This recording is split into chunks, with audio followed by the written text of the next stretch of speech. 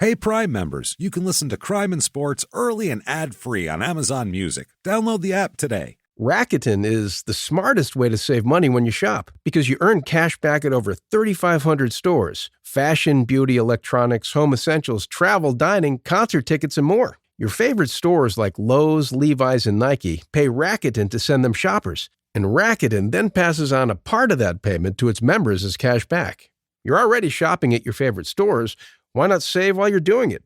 It's a no-brainer. Membership is free and easy to sign up. Get the Rakuten app now and join the 17 million members who are already saving. Cashback rates change daily. See Rakuten.com for details. That's Rakuten. Your cashback really adds up. Your weekly dose of romance and drama has arrived. Season 29 of The Bachelor is here, and Grant Ellis, certified hottie and former day trader, is trading his day job on Wall Street for a second chance at everlasting love. New episodes drop every Monday at 8/7 Central, bringing you fresh twists in Grant's journey to find his soulmate. This self-proclaimed mama's boy is all grown up and ready to invest his heart. Will his playful charm win over the house full of hopefuls, or will the competition prove too intense? From heartfelt moments to adrenaline-pumping dates, each week brings new surprises in the mansion. Will Grant find his perfect match or end up with a broken heart? Tune in every Monday at 8/7 Central on ABC and stream on Hulu for new episodes of The Bachelor.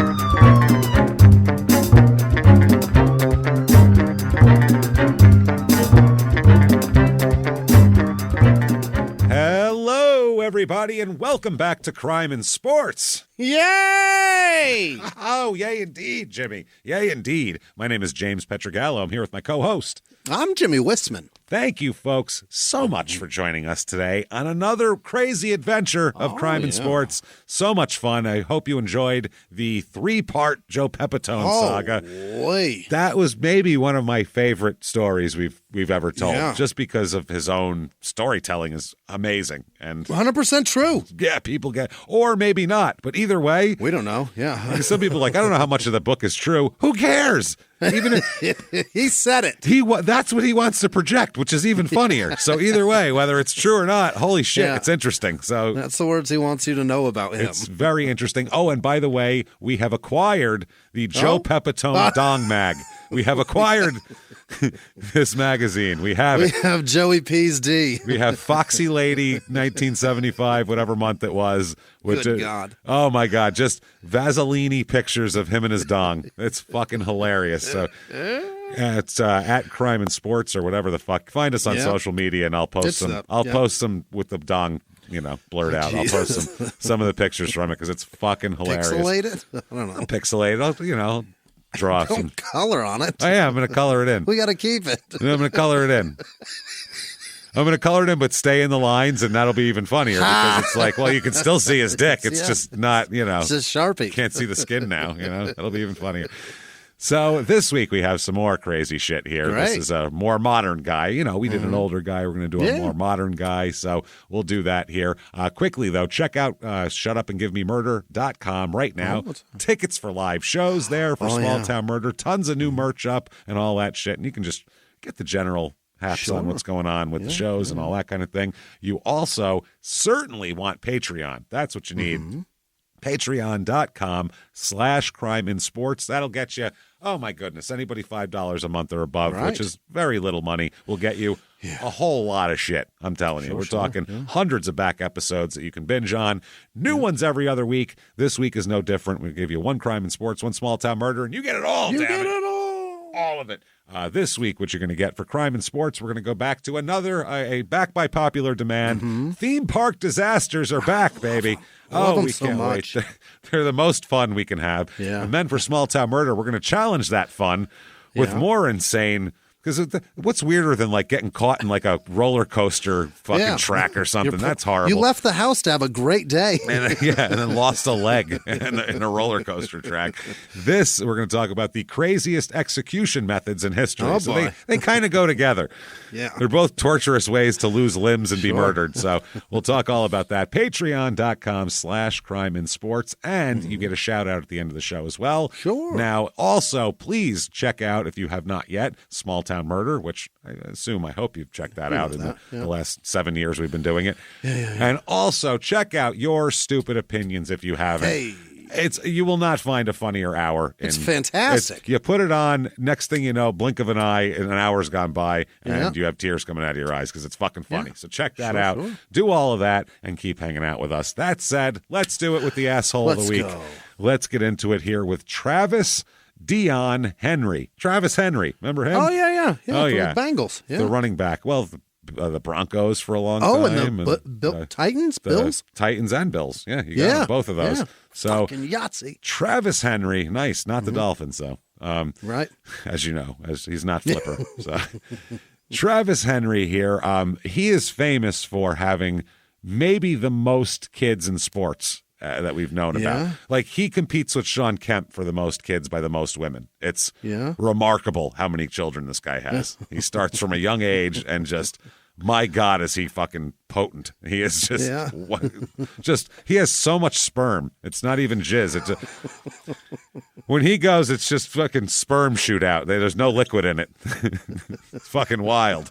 Thick with sperm. Another Henry died in the pickup truck, right? Yes, the wide receiver. This is Henry. a different, totally right? Different. This is an entire different Henry. This is a running back, not a receiver. Yeah. You're thinking of Bengals. You were thinking of Chris Henry. He I never was, played for the Bengals. This is just Broncos, Titans, Bills for this Travis Henry. Now, Travis Henry is born October 29th, 1978, and he's born in Frostproof, Florida. Say again? Frostproof, Florida. Oh, frostproof. Frostproof, yeah. Yeah. So is that right? Yeah, won't frost over. You can grow your oranges here. Impossible. Which it happens sometimes anyway. I believe it does. I'm going to look up when's the last frost in Frostproof, Florida, and I'm going to laugh my ass off. Yeah, because it's probably this past winter. Yeah. They called it that so people would move there, and they're like, it doesn't even get cold enough to frost. This is going to be the shit. Frostproof, you guys. Frostproof, baby. So a little bit about him. His mother's name is Carnella with a K. Carnella. And an N, not an M. And an N. Yeah, Carnella. And she worked in the orange groves down there. Yeah. Yes, and he talks about, as we'll talk about, his first job being in the watermelon fields. Really? So, yeah, this is a agricultural area we're talking about here. His father wasn't around early on, which he'll take after that and go, that's a good idea. I should have a bunch of kids and not figured it out. I should have tons of kids and not pay any attention to them. Noted. Cool. Got that shit. And then he comes back when he starts being famous for football. His dad starts coming around. Hey, man, I've been missing you, Travis. Boy, I'll tell you what. Your mom kept me away. No shit. So he plays football at Frostproof High, and he's going to end up basically, he's got a problem here. He wants to go to Tennessee to play football, but while in high school, he also fathered a child. So, get out. Yes, he's got a problem. He started then? Oh, yeah. In high school, he already spit a kid out. So, what the fuck? Yep. He said, when I was young, I wanted to go to the NFL, and actually, I was an Alabama fan. He wanted to go play for Alabama, not Tennessee. But, yeah. He was Parade All-American, a Mr. Florida football. So, the best player in Florida, which is, there's so much football going on down there. It's insane. As a running back at Frostproof. And as a senior for the football team, he rushed for, this is as a senior, not in one season. 8 games. 12 maybe tops. 4,087 yards and 42 touchdowns in 14 games. What? 4,000 yards in 14 games. He averaged, what is that? If you do that in the NFL, that's considered 400 yards a game? At least. If you do that in the NFL, that's considered, if you do get 1,000 yards in 14 games, that's considered a pretty goddamn good run. You do that for a few years in a row, and you're probably going to 4,000. make the Hall of Fame. That's insane. And 42 touchdowns in 14 games also. Ridiculous. So he averages, they didn't do anything but run. touchdowns a game, too. Yeah. Well, why would you with him? He's just, what the fuck? Wow. You just stacked the line, I guess. Yeah. And he's still busting through. His team was state runner-up that year. So, How the fuck do you lose? I don't know. That's what I mean. Somebody else had a guy, who the hell knows? A guy throwing somebody else had the John Elway equivalent, probably. That's all. Wow. The only way. I don't know how you stop him. His team was state runner-up, like I said, and also he played basketball and ran track. He's only like 5'9", so he must do. He's very athletic, though. So, I mean, he could probably, he's one of those guys that's 5'9", could probably dunk. And insane fast, too. And Henry was so quick. Oh, he's a fast son of a bitch. The only, and he was tough, problem too. he had was a little bit of bobbles. He dropped he put it on the ground a few times. He's a fumbler. Well, he was like that with his sperm, too, so it works out. He can't ever control it. You can't control it. The ball, jizz, it's all going places just he doesn't want out it all to the go. time. Yeah. So his oldest child was conceived while he was in high school before he was named Mr. Football. It was obviously unplanned. He's a dad before he was named Mr. Football. It wasn't a plan to hey, let's start a family. We're juniors in high school. You know, I'm really good at football, and it's not any fun unless I have a challenge. I need to be thinking I got to do this well because I have to support somebody here. I need to not get a good night's sleep and then see if I can keep doing this. That'd be amazing. This is his big statement about it. Quote, "I'm like, whoa, I'm going to be a dad." So sounds like something a high schooler would say. Yeah, sounds like Keanu Reeves knocked somebody up. Yeah. Who sang like whoa? Who's that guy? Black Rob. That was Black Rob. Yeah. I don't know where the fuck that and just it was came probably, from that quickly. That was really wow, fast. That was I didn't think about it. It came out of my mouth. That was the strangest thing ever. Yeah, and Black Rob probably was. That song was probably very possible when he said, or very popular when he said that. Yeah, he's like I'm whoa. like whoa. I'm like whoa. And he heard it in his head. Well, shit, 78. He'd have graduated in 96, pre-Black Rob. Maybe Black Rob heard this and was like, it was like whoa. Having kids in high school, like whoa. Knocking that cheerleader up like whoa. Was that song 97 or 98? Was it later? I think it was like 99, 2000. I don't think it was. No, I thought it was. I'm pretty sure that was popular when I was in high school. It definitely wasn't like 96. It wasn't before 97. Had to be after 97. You might be right. It may have been 98. It may have been after 98, after Busta Rhymes When Disaster Strikes. Probably after that. Yeah. I think it was. It was. I want to say I remember. I'll bet it was 99. 99, I bet you're right. Yeah, 99 sounds right to me for some reason. Because it's also, that's kind of how the music was going in that direction. Yeah. Less of but like I can the also kind of see old school beats and more of, less of like the samples of the like soul shit that had like the grooving like, and then more into like the electronic shit. But I can still see that CD in the Best Buy thing next to Common and Yep. you know what I mean? I know the section. Yeah. I can see in perusing.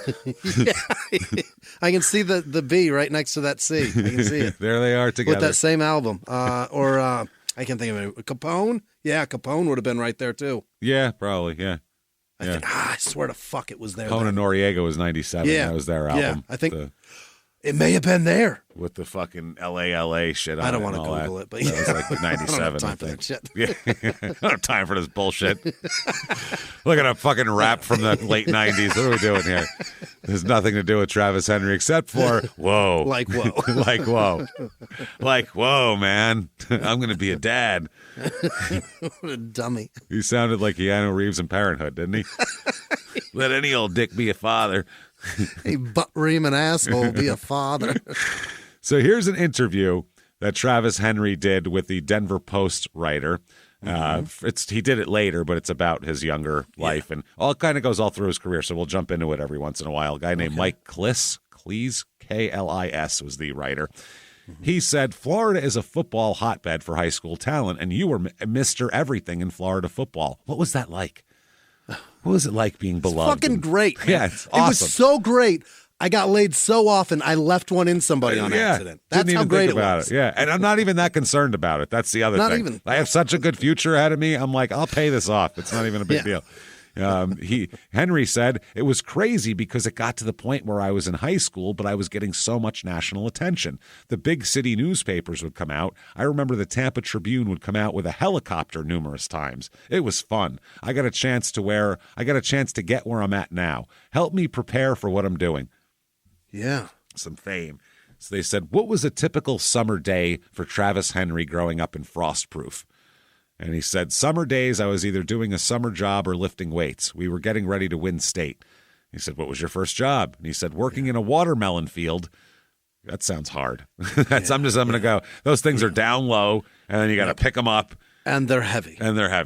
We cut the watermelons from the field and load them up on a diesel truck. Yikes. Jesus. Which is probably good workout, though, for you. And you have to be careful because it's the product. You can't just sling it in there because they break. Right. You got to pick it up and set it. That's a nightmare. Fuck. And then the big diesel would take them to the grocery stores. Okay. So 1997 is his freshman year. He ends up going to Tennessee to play. Yeah. So he played on the same team as Peyton Manning. Peyton? Yeah. So, I mean, he was Peyton Manning's running back. So no shit. Think about it. That's good for Peyton Manning. He had such a good running back, so that makes it a threat. It's easier to pass. So, he can take some credit for Peyton Manning's success. Absolutely. So they're 11-2 in 1997, seventh in the polls there, the AP poll. Like I said, Peyton Manning, Jamal Lewis is also on this team. What? He's the fucking starter there, Jamal Lewis. Wow. Who's a beast, as we know. With Henry backing him up? I'm going to read all the guys who played in the NFL from the team. Some of them you know, some of them you don't. But Peyton Manning, T. Martin, quarterback, Steelers drafted him, I want to say. Jamal Lewis, Sean Bryson, Philip Crosby, Travis Stevens, Travis Henry, Peerless Price, Marcus Nash, Andy McCullough, Cedric Wilson, David Martin, and there's a few more down here. So a ton of fucking This is like an all NFL team, basically. Yeah. So that's where he decides to go. And they were 7th? How the fuck are they not the best? That's what I mean. That's the squad that's crazy. He for some reason here in high school or in college, he gets married. Yeah. Not to the girl he had a kid with in high school. Somebody else. A woman. He's 19. He marries a 25-year-old lady. Attaboy. And marries a 25-year-old. And later on, they'll have this marriage annulled, which I don't understand how that happens because they have a child. How the fuck do you annul a marriage that a child came from? Yeah, the annulment has to be like within a certain time period, right? Usually. It's got to be fast. It's usually like, it didn't take and we never moved in with each other. They had a fucking kid. Once you have a kid, I mean, that's married as shit. Yeah. You've married everything. You've married your DNA, for Christ's sake. Yeah. At some point, there's different counts on his kids, but at last count we can find, I think it's either 10 kids by 11 mothers or 11 kids by 12 mothers. Or 12 kids by 11 mothers or 11 kids by 10 mothers. Okay. One of the two. I was like, well, that's impossible. Wild, wow. How did he do that? How did two women birth the same kid? Wow. His sperm is excellent. It's really. So, Henry's mother didn't want him to get married when he was 19. Wasn't it? Yeah, you shouldn't get married. You're in college. And he said she was going crazy over it. And he said that he filed for an annulment within a year for my mom. Within a year? I think it has to be like 90 days, doesn't it? Like a year and you had a kid? That's a marriage. That's a marriage. That's a just didn't work out. Failed marriage. That's not an annulment. That's crazy. What that is. Yeah, that's insanity that you for can my annul mom. that. You're an adult. You just had another kid, and you're like, I got to do this for my mom. I can't be. What the fuck? What does your mom say about you fucking just leaving another child behind now? And also, mom's motive there is probably, hey, maybe be financially smart and take care of mom and get her out of the fucking orange fields before you just marry people and start having all these goddamn kids. Having more bills to come from it. Change the lives of the people that changed yours. Man, so he doesn't play much in his freshman year because Jamal Lewis is the starter. And I mean, Jesus Christ, he's a monster. He'll go off to the NFL. And Sean Bryson, too. So he had 2 rushes for 4 yards that whole season. Really? His freshman year. Which a lot of guys are redshirted their freshman year, so it makes sense. 2 yards a carry. Not bad. 2 yards, not bad. 1998 Tennessee Volunteers, and this is Peyton Manning's, senior year. 13-0 this year. Holy. And number 1 in the final polls and all that sort of shit. So, we got Travis Henry. Now he's going to play a little bit more. He had 176 attempts this year for 970 yards, 5.5 a season. They won the national championship. Yeah. And he had 176 rushing attempts for 970 yards. And bunch. Did they beat Bama? They beat Florida State. Oh, Florida State. At the Fiesta Bowl that year. Oh, so it was in Tempe there. He had 19 rushes for 28 yards and 1 reception for 9 yards in the game. Okay. So, he's coming along. Not too shabby. 1999 Tennessee. Actually, 1997 was Manning's senior year, wasn't it? I don't know. No, it would have to be. Never mind. I thought he came in the 98 draft. He came out, That would have been before, after the 97. It must have been the 99 draft because Brady came 2000, right? Yes, 2000. Yeah. Yeah. So I think it was. I think it was like that. I think it was one and then the other, right? Damn it. Brady came in 2000. Yeah. Okay. Sure. Yeah, he came in 2000. I want to say Manning was 98 now. Yeah, I think it's 98. It was the 98 draft. Him and Ryan Leaf were 98. So this squad, T. Martin was the quarterback of the undefeated team. So this year they're 9-3, Tennessee. And they're 13th in the final poll, so not quite as good. But Henry is still sharing the backfield, but he does have 125 carries for 790 yards and 8 touchdowns, averages 6.3 a carry, which is pretty goddamn good. During college here, sometime in between before the 2000 season, in addition to his annulled marriage, quote unquote, here, so he has one kid from high school, another kid from the adult annulled marriage. Yeah. While he's in college, he has 2 more children with other people, 2 other people. What? So he goes into the NFL with 3 kids? Yeah. 4. When someone asks him if he's got a condom, he laughs hysterically for 20 minutes. He says, of course what is not. That? Yeah, of course not. The opposite, actually. Will you at least pull out? Hell no, I'll stick it in further. I can't wear condoms and come inside you at the same time. It's not going to work for me. 2000, the Tennessee Vols here are 8-4. They lose in the Cotton Bowl to Kansas State. So, not the best. Casey Clausen is their main quarterback. Oh, no. Yeah, it's gotten bad. They went from Manning to T. Martin down to Casey Clausen. Shit. Ugh, that's terrible. He had 253 rushes for 1,314 yards and 11 touchdowns, was named first team All-SEC by the Associated Press and the Sporting News.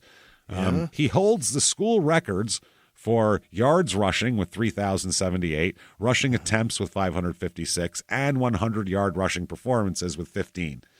That's almost averaging 6 yards a carry?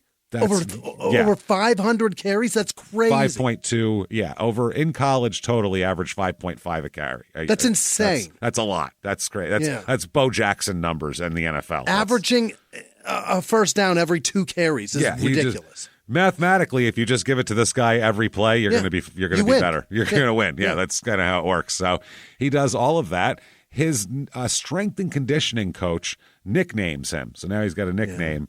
Cheese is his nickname. Why? Because he's as tough and strong as a block of government cheese. Because he stinks and he holds up for a while. He won't mold. Mold resistant. That's the worst cheese on the planet. Man. Okay. That is bad. After the worst cheese. Yeah. Not because he aged fine like a fucking brie or some shit. It's no. Wow. So, he does very well. 3,078 rushing yards in college. Mm-hmm. So he already has over 7,000 rushing yards in his life, and he hasn't even played in the NFL yet. That's unreal. That's a lot. He's doing well. He said, quote, "I look back and I appreciate the grind. Having guys like Jamal and Travis, and when you look back at it, we were really pushing each other. In high school, you're the man and everything goes your way. That process helped me out with the transition to the NFL because it prepared me to compete." So, but the thing about the difference between the NFL and high school is that there's fucking at least 32 more your quality or better. You're all that guy. That's the thing. Yeah. You're Mr. Football from everywhere. It's a totally different deal. So you're not fucking special here. In the NFL, it's like it's been squeezed even more. We've put it through a sieve again and left all those chunks behind, and it's only the liquid. There's only 32 of you if you're the starter. Yeah. So for the combine, he is 5'9" and 1/8 inch, 223 pounds. My God, that's a stout boy. Stocky son of a bitch right there. No kidding. And he's fucking athletic. So for a guy to be that stocky, he's really in shape. He has a 4.61 40-yard dash, which isn't lightning fast for a running back, but he's more of a power runner anyway. He's if you're 5'9", 223, that's pretty fucking good. It's not and it's shabby. Shoulders. He's very top heavy. Absolutely. Oh, yeah, big shoulders here. Big old shoulders on him. And a 35.5-inch vertical leap. So he's 5'9", 223 pounds, and gets off the ground 3 feet. That's pretty good. Unbelievable. That ain't too fucking shabby at all. Very good. He got a 9 on the Wonderlic, which is not good. Out of like 100, right? It's a 50. Out of 50. He got 9. That is... Remember we did the Wonderlic scores the one time, and there's that 9 range is not a good range. It's a bunch of dumb guys in that range. That's crazy dumb. This guy he hasn't figured out condoms yet. So yeah, I was gonna say, he can't operate rolling something down down his penis, and then keeping it on until after ejaculation. He hasn't figured that out. He's like, I fucked for a while, but I take it off when I'm going to come. It feels better. I'm like, you're defeating the purpose, sir. You're defeating the purpose, Travis Henry. That's hilarious. Yep. 2001 NFL Draft. Here we go, baby. 2001 NFL Draft. By the way, the MVP that year of the league, Kurt Warner. Yeah? Yes. The Offensive Player of the Year, Marshall Faulk. Defensive Player of the Year, Michael Strahan. Wow. Rushing leader that year, Priest Holmes. Remember him? Yeah. And then was he good? He was real good. Receiving leader, David Boston. Remember David Boston on the Cardinals? Was he receiving leader at Arizona? The NFL, yeah. I think so. Yeah, because after that he washed out of the league. Washed and he away, had all those fucking steroids, cups, fucking bullshit. He had a lot of problems, David Boston. Fighting people. He was big too. He's a big stocky son of a bitch. He was on a lot of shit. Okay. Number 1 draft pick in the 2001 NFL Draft. Jimmy, number 1 overall. It was a quarterback. It is a quarterback. In 2001. God damn it. Oh, it's not. Oh my God. Was it? Oh, it's the Browns. He'll have an episode. No, that's 99. No? 99 was couch. That's how Peyton Manning was 98 because 99 was couch. I don't know who it is. He's a quarterback who will have an episode of this show. Oh boy. To give you a hint. Well, then go on. God damn it. Michael Vick.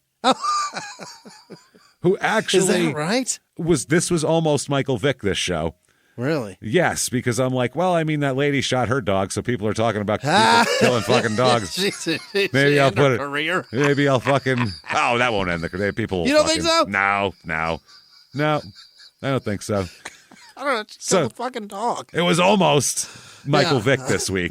All right, so it wasn't. So Michael Vick, number 1 overall. That's such a shame too with him because I loved him. He was so good. Oh, he's such a lightning fucking player. You know, God, he was such a electric. Everything player. he did was amazing. Yeah, he was from running to throwing to fucking breaking tackles. He was so great. If only he'd have been arm. If only he had a fucking heart. He wasn't a goddamn monster. Yeah, it was literally just the worst shit you can think of. Oh, God. For dogs, and he's doing it. Number 2 overall, Leonard Davis from the Cardinals, another mediocre draft pick for them. There, Gerald Warren, 3, Justin Smith, LaDainian Tomlinson, number 5. Oh man, he's so good. So 4 teams said, nah, don't want him. That is unbelievable. Yep, Richard Seymour, number 6. So also good, Hall of Famer, 5 and 6 there. Andre Carter, David Terrell, I'm the wide receiver. I remember him. Corin Robinson. Oh, yeah, I'm remembering all these people here. These are good players. Santana Moss. What a great draft. Guard for the Seattle Seahawks, Steve Hutchinson, who's a Hall of Famer, was also drafted number 17. Deuce McAllister, Will Allen, Nate Clements, Adam Archuleta. There's a lot of good players in this draft, actually. Todd Heapacrap is in there. Reggie Wayne. Drew Brees, first pick of the second round. God, don't shit-face. Remember the Chargers got Drew Brees and LaDainian Tomlinson in the same draft. The same fucking time. Yeah, wow. That's not bad here. Travis Henry is drafted number 58 overall, second round by the Buffalo Bills. Wow. Yep, and right behind him was Marcus Tuiasosopo. And in front of him, I'm trying to think. Quincy Carter went in front of him. There you go, a few spots. Bad. So he was hip-hop's biggest mogul, the man who redefined fame, fortune, and the music industry. The first male rapper to be honored on the Hollywood Walk of Fame, Shawn Diddy Combs. Diddy built an empire and lived a life most people only dream about. Everybody know ain't no party like a Diddy party, so. Yeah, that's what's up.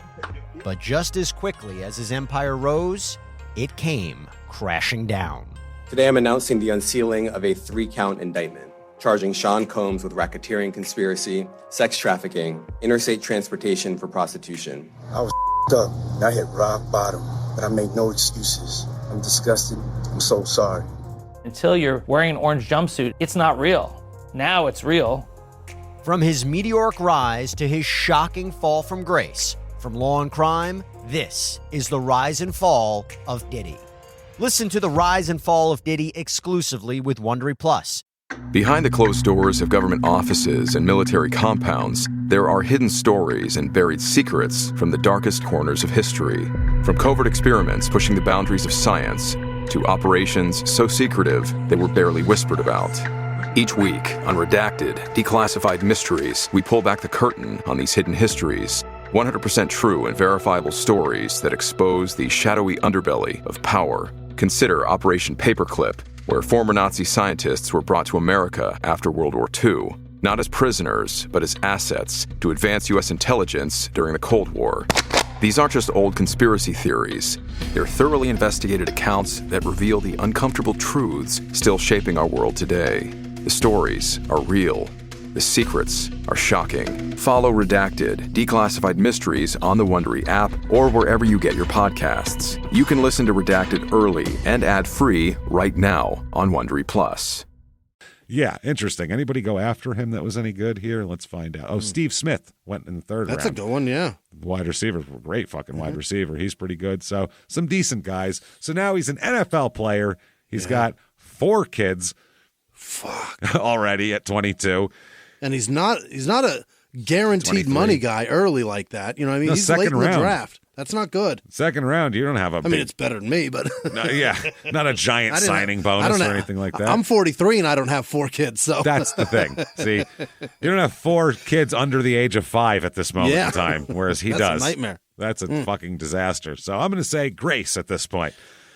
It's a big day. It's all going well for him. Let's find out how it goes. Well, he's going to the 2001 Buffalo Bills, so right there is a big step down. That sucks, yeah. But he's used to winning a lot. He's going to the Buffalo Bills. Did they have McGahee then? Was he still in fucking He was Baltimore? in Miami. McGahee's the next guy. Yeah. Right. He was still in college at Miami, McGahee. Oh, really? Yeah, he didn't come out until 2002 or 3, I think. So that means Henry gets to start if he's good. Well, yeah, exactly. And this year, they're 3-13, the Bills, so they need help. Oh, they need him so they bad. They need lots of help everywhere. They suck.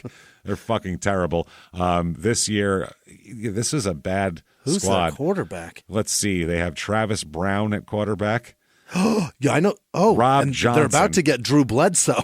Yeah, Rob Johnson is their main starter with 8 starts there as well. So not good at all. Not good at all. Say not at all. Clemens is going to start right away also because he's a good fucking player here. Who else do they have as their quarterback? I'm trying to pick. Oh, Alex Van Pelt is another. Van Pelt started 8 and Rob Johnson started 8 games. Oh my God. Yeah, that's not Yikes. good. Not good at all. So that's who we're rolling with. That's why they're 3-13 this year and fucking terrible. Okay. I'll wait till I'll talk about the season a little bit, and then he gets into some trouble here. Not as much as he should have been in for what he did, but okay. He makes his professional debut week 1 against the Saints. He starts the game, starting in week 1. That's a bad team. They need fucking help. He had 22 carries for 58 yards. They got crushed by the Saints 24-6. In the following game, another loss, 42-26 to the Colts. He scored his first touchdown. And he had his first 100-yard game against the Jets in week 4 in another loss. So, well, that's a good statement starting out, though. It's not terrible. His rookie year here, he starts 12 games. That's not bad. Has 213 attempts for 729 yards and 4 touchdowns. 3.4 a carry, not terrific, but this offensive line's a fucking disaster. It's a 3-13 team. Yeah. You're not going to do much here. So in the middle of the season, he gets in trouble, and he is sentenced to 100 hours of community service. For what? Okay.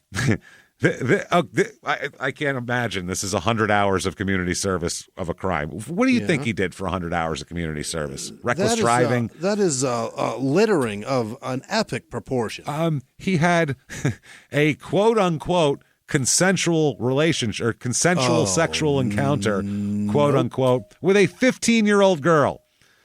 What? You can't have consensual sex with a sophomore. It's not possible. Not in New York State. No, not in this country, I'm pretty sure. In most places, a 15-year-old sophomore relationship is not consensual, no matter what. She's not allowed to say that. She's not allowed to want your penis. And you're not allowed, even no matter how bad she does, you're not allowed to put it in her. That's Are how you it works. sure this happened? It's in the newspaper. 100 hours of community service for having consensual sex with a 15-year-old girl. I guess because they didn't want to press charges and nobody wanted to cooperate. So they were like, I don't know. He's famous. Fuck it. Yeah. I think this is famous people are that's silver-haired. Every time we talk about somebody, there's somebody. We're like, how do they get that little of a sentence for that? Right. Well, there you go. Because he owns a football team. Yeah, Jesus Christ. He's doing pretty well. He makes $209,000 base salary. Total cash paid to him with bonus and everything this year, $1,189,000. Not bad. Which he probably owes most of in child support by now. He owes at least 30% of that probably in fucking taxes. He's got some problems. Yeah. He's got that going on right out of the gate. So 2002, the Bills are 8-8, much better. Yeah. Much better at 8-8. Not bad at all. I mean, that's better than 3-10 or 3-13. 13. So, this year's when they get Drew Bledsoe. So that's why he starts all 16 games, stabilizes everything a little bit here. This year, Travis plays in all 16 games, 325 carries for 1,438 yards. Oh. 4.4 a carry. Now we're talking 13 touchdowns, and he's a Pro Bowler. How did they do that? Drew Bledsoe quarterback. They got a decent quarterback in there. Turned it right the fuck around. Yeah. If you're not afraid of the quarterback, you can put, you can put 8 in the box and fucking crush the running game. So just fuck. That's the issue. You got with Bledsoe, super blitz all the way around the corner every time. Bledsoe, if you put those deep guys one-on-one, he can throw that far and fucking get it to them. So you're in trouble. He scored his first receiving touchdown on a 26-yard reception from Bledsoe to win a game against the Bears. And, he had 159 yards in a game against the Texans and won Offensive Player of the Week. Yeah. So not bad. He's doing well. Total cash paid to him this year, $300,000. Oh, because now it's his base salary. Now he's just getting, He's on a second-round draft pick, low second-round draft pick rookie contract. So not a lot. This is not that lucrative. $300,000 and, 10% to, for you got your agent, you got your lawyer, you got this one, for that 1,400 yards? For 1,400 yards. Yep. Jesus. So 2003, they go 6-10, the Bills, back to not doing so hot here. I don't know why. Drew Bledsoe's still there playing all 16 games. Travis starts 15 games, has 1,356 rushing yards this year, 4.1 per carry, 10 touchdowns. He makes $689,000 there. Okay. So not only that, sometime in early 2004, he fathers another son out of wedlock with a woman named Jimmie Beacom. He doesn't have enough money to have 5 kids. He does not, especially not ones that live in his house. No. This is pay for living expenses for all of them, not I pay for a house and they all live in it. You know what I mean? He needs to pay for 5 separate fucking houses now. Because a lot of households to support. Yeah, none of these are with the same woman either. It's not even like he can consolidate any. He's got all 5 of these women are probably going to want their fair share, their due. And you don't get a kid every time you fuck. So how much sex is this guy having? Either he's got him lined up down the hall or he is just super sperm, the most virile son of a bitch in the world. The guy's fucked 5 times and has 5 kids. That's amazing. Yeah, he's like, God damn it, again? I wore a condom this happened. Of course, I do it every time. Shit. 2004, Bills are 9-7. They got a new head coach, Mike Mularkey, there. Yeah. And Yeah, again, Drew Bledsoe, still the quarterback. He has played all 16 games in every season here. He is injured for the later part of the year and ends up losing his starting job because they drafted Willis McGahee this year. So okay, yeah, and so in week 8, Willis McGahee takes over. Travis only appears in 10 games because he's injured, and he only starts 5 games. And McGahee was so good out of the gate too, which was wild because he had that ACL injury. That's why he didn't come in till week 8. Remember, he was out the first part of the year. So he only starts 5 games, 94 attempts, 326 yards this year. So not good for him. He did not want to be a backup and demanded a trade. I don't want to fucking be a backup. I'm a 1,400-yard guy. I'm trying to play for a new contract, and you guys put me on the bench. So but you're a $300,000 a year guy. Yeah, well, he wants to be more. Well, he's a 1,400-yard guy, though. Yeah. So he's and like, if he let me pushes play, those numbers out, he's going to make that money. He's going to make in his next contract. But if this guy's starting, now what the fuck's he going to do? So he's got to go prove himself. He makes $750,000 that year. It's not so bad. Not so bad. He July 19th, 2005, the Bills acquiesce and trade him to the Tennessee Titans. So they're going to trade him to the Titans, who are 4-12 that year. Oh, God, he loves going to shit-ass teams. Another bad fucking team now. But the fact that Tennessee wants him because he's a Tennessee volunteer superstar. So they want the Tennessee guys down there. And that team, they're about to turn that motherfucker around, aren't they? I think. Well, they had just come from being good. Because they were good they went to the Super Bowl and they were good. And I think they're going to get okay again, and then Steve McNair is going to get shot, and that's going to be that. Oh. Steve McNair is going to get murdered, and that's going to be the end of it. Yeah, you fucking bitch. We did a Patreon on the murder of Steve McNair, and we're like, you fucking asshole. What a bitch. You bitch. Don't shoot him. You ruined so much. Why did you kill him? That was fucked up. So that's what he does. September 27th, 2005, he is going to be suspended for a substance abuse violation. That's right. He's a weed guy. He's a weed guy, absolutely. So Jeff Fisher declined to comment. No comment at all. Then later on, though, Fisher said the league notified the Titans of the suspension, but didn't have any specifics about the violation or Travis's appeal. Jeff Fisher says, quote, Travis is extremely regretful for his actions, for his choices, and for his decisions. He's a grown man who smoked weed. It's not the end of the world. Yeah. They're acting like he ate a baby, like on TV. They're acting like he killed his dog, shot it for no reason. And his decisions, James? Choices, decisions, actions, all of it. Ideas. His penis also. He's extremely regretful what he's done with his penis. Too many kids already. Choices and decisions. Decisions. All of it. Things of that nature. He said it has affected him personally, his family, and obviously has hurt this football team. We will in all likelihood make a move over the next couple days to replace Travis on the roster. Oh, my God. For the time he's out, at least. They got to get somebody. Because they don't know how long he's out. Yeah. So I guess he gets suspended without pay, which I guess helps their salary cap. So they were excited about that. They were like, well, at least it helps our salary cap. We can hire somebody else. Yeah, it takes a couple fucking games off of our shit there. Fisher said they asked the league officials about Henry before the trade and were only told that he was in a league-mandated program. So they didn't know, because it's like first time you just have to go to counseling, then the second time you're suspended. So they didn't know where he was on the chart. How far along is he as far as being suspended? And Fisher said, at that point, we felt that Travis was in the program and things were moving along well. Obviously, no one really knows what took place between now and then. What we do know is we'll be without his services for the next 4 weeks. Right. Yep. And they said, will his participation in the program mean that the suspension punished a second violation? And he said, that's not necessarily correct. We don't know. So while on suspension, he's allowed to attend meetings and work out at the headquarters.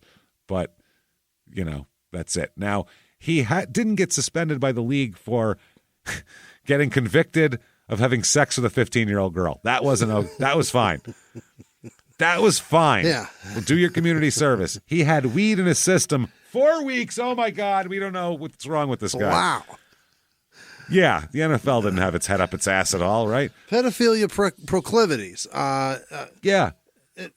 Fine. Fine. That's between him and the courts. That's between him, the state, the courts, and That girl's fucking dad. Outside of that, I don't know. And the governor. And the governor. And the stork, because he didn't knock her up somehow. So he says, we expect Travis to get help, fully comply with the league requirements as far as the suspension is concerned. That would include testing, counseling, et cetera, et cetera. It's weed. We expect him to get help. To do all, to get some help. For weed. My only hope is that Travis will be in the best football shape of his life in 4 weeks. Oh, my God. So he's reinstated, obviously, a little while later, a week later, or a month later. He does make $1,122,951 that year, though. And he took 4 weeks off. That's not so bad. 4 weeks off, and he only played 10 games, and he started one game, 88 carries, 335 yards. So, for $1 million. For over 1.1 mil he got for that. That's not bad. God. I think I could run for my life for 88 yards. I'll try. I'll certainly try. I'll certainly give it a look-see. You know what I'm saying? Let's see if I can't get around the edge a couple of times. Who wants to give us a shot here? Let's do it. I might dive through the middle of the... Dive under the legs of a tackle. You might get 2 yards at a time. We'll give it a try. I mean, I'm pretty tall. I'll play wide receiver. Maybe I can... They're like 6'8". I'll squeeze through their fucking hips. Go underneath them. I think I could do it for 88 yards. I'll definitely try. Oh, 88 carries. 88 carries, yeah. How many yards? 3.5 a carry it is. So, okay, so 3.8 a carry. So you'd have to actually get 400 yards. Oh my God! Yeah, I don't know if I can do that. I'll take it 88 times. I'm not guaranteeing any results. How about that? Give me the ball 88 times, and I'll try. I'll try hard. See, that's $250 for 100 yards, though. That's not bad. It's not bad. Pretty good payday. It's pretty decent. 2006 Titans are 8-8. This year, so still having some problems. He plays 14 games, starts 13, has 270 carries for 1,211 yards, 4.5 a carry now. So he's back to pretty good. Yeah. Baseline Travis Henry, and he makes $820,000 this year.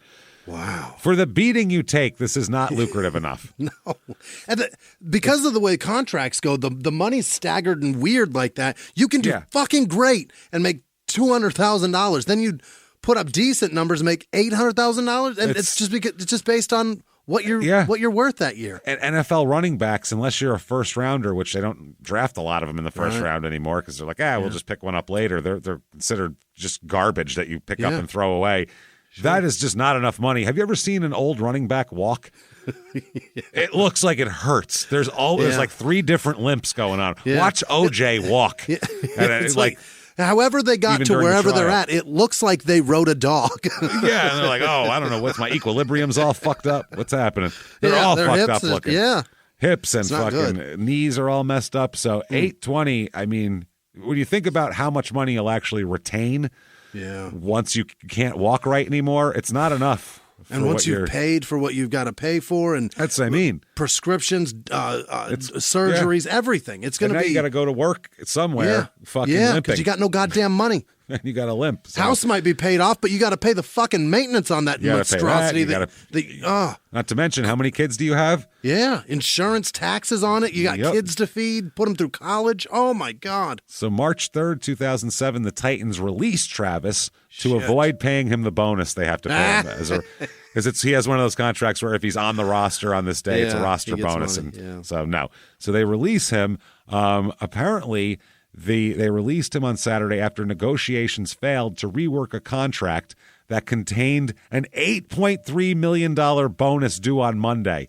They released him to not pay $8.3. No, they didn't. No, but they were in negotiations, and it fell through because he wanted the 8.3. He wanted the 8.3. They wanted to renegotiate the contract so they didn't have to pay him the 8.3. And rather than have to pay him it, they just released him. Which on Sunday he was counting on. $8 million. That's what he's been playing for his whole life, and it's gone. Oh, my God. So, he was flying to Denver to talk with the Broncos, but the Titans remained hopeful that they could lure him back at some point. They want to be able to sign him, but they just for 8.3, guys. How about that? How about an 8.3 bonus? How about that? About in that ballpark? That's where I'm at. I was like, whoa, that's a lot of money. Like, whoa. The Titans were like, whoa. Like, whoa. Sit down. Too much. So they said, we have not closed the door on Travis and we're continuing to talk, but today was a trigger date for a roster bonus that we were unwilling to pay, and they knew that. A strong run game is an important part of what the team is about, and Travis can be a big part of that. Over the next couple days, we'll continue to work on the right deal for both of us. Oh, man. So, the Titans said they wanted to keep him, but, who knows Not here. at that price. Not at that price. So, March 6th, 2007, the Broncos signed him instead. Yeah, they did. Yeah. He was pissed off that they did that to him, and I don't blame him, honestly. I don't blame him either. Yeah. I get it. They made a deal to pay him that, and they're like, oh, we just won't pay him that when the time comes. He's about to equally frustrate me when he squirts the ball at the fucking 19 on. They were terrible anyway. It didn't matter whether he was fumbling or not. They were awful. Still doesn't feel good when they've got a drive going and he throws. They didn't have a quarterback anyway, so he would have thrown an interception. It didn't matter. He was just part of the mix at that point. That was sad. That was a really depressing time. Yeah. Football, whenever you hear about, I see people complaining all the time about the money that like quarterbacks get in signing bonuses and shit like that. You have to, because the NFL will not pay you the money that they agree to pay you. True. Yeah. These contracts they can get out of them anytime they want, and you're stuck in it. So that's how they work. Unless you are a superstar performing incredibly, they don't give a shit. You're gone. Any of you, if you had that contract at work, you'd be horrified, and you'd be living in terror every day of your fucking life. So it's horrible. Yeah. It's a bad way to do it. Was this fucking Tebow in 2007? Was he there? We'll find out here in a second, but that's even worse because fucking Tebow is the worst goddamn quarterback that's ever played in this fucking league. I can throw the ball better than Tim Tebow. That's fucking sad. The Patriots did that on purpose. I still in my heart believe that 100%, that Belichick has unleashed that piece of shit McDaniels on AFC teams on purpose. I really think that. That's possible. He's like this is a wrestling reference. He's the Vince Russo. Like they sent him in to go implode. There's all the rumors. That's always been the conspiracy theory that Vince Russo was sent to WCW to ruin them, and so then Vince ended up buying them after he crashed. I would not be surprised. This son of a bitch goes to teams and reworks them and ruins them for 5-6 years. Yeah. Fucking, I hate him so much. And why they keep giving him a chance? He releases a plague rat into the locker room and just fucking. That's Josh McDaniels, man. He's infects the everything. Fucking worst. He's a monster. Plague rat McDaniels. That's nice. What a piece of shit. How the NFL keeps that guy around, I have no idea. No shit. So it's a 5-year deal with the Broncos with $12 million in guaranteed bonuses. So they have to pay him those. Okay, that's a pretty good deal. That's good. Yeah, he's happy about that here. The Broncos didn't announce the signing. It was disclosed by somebody here.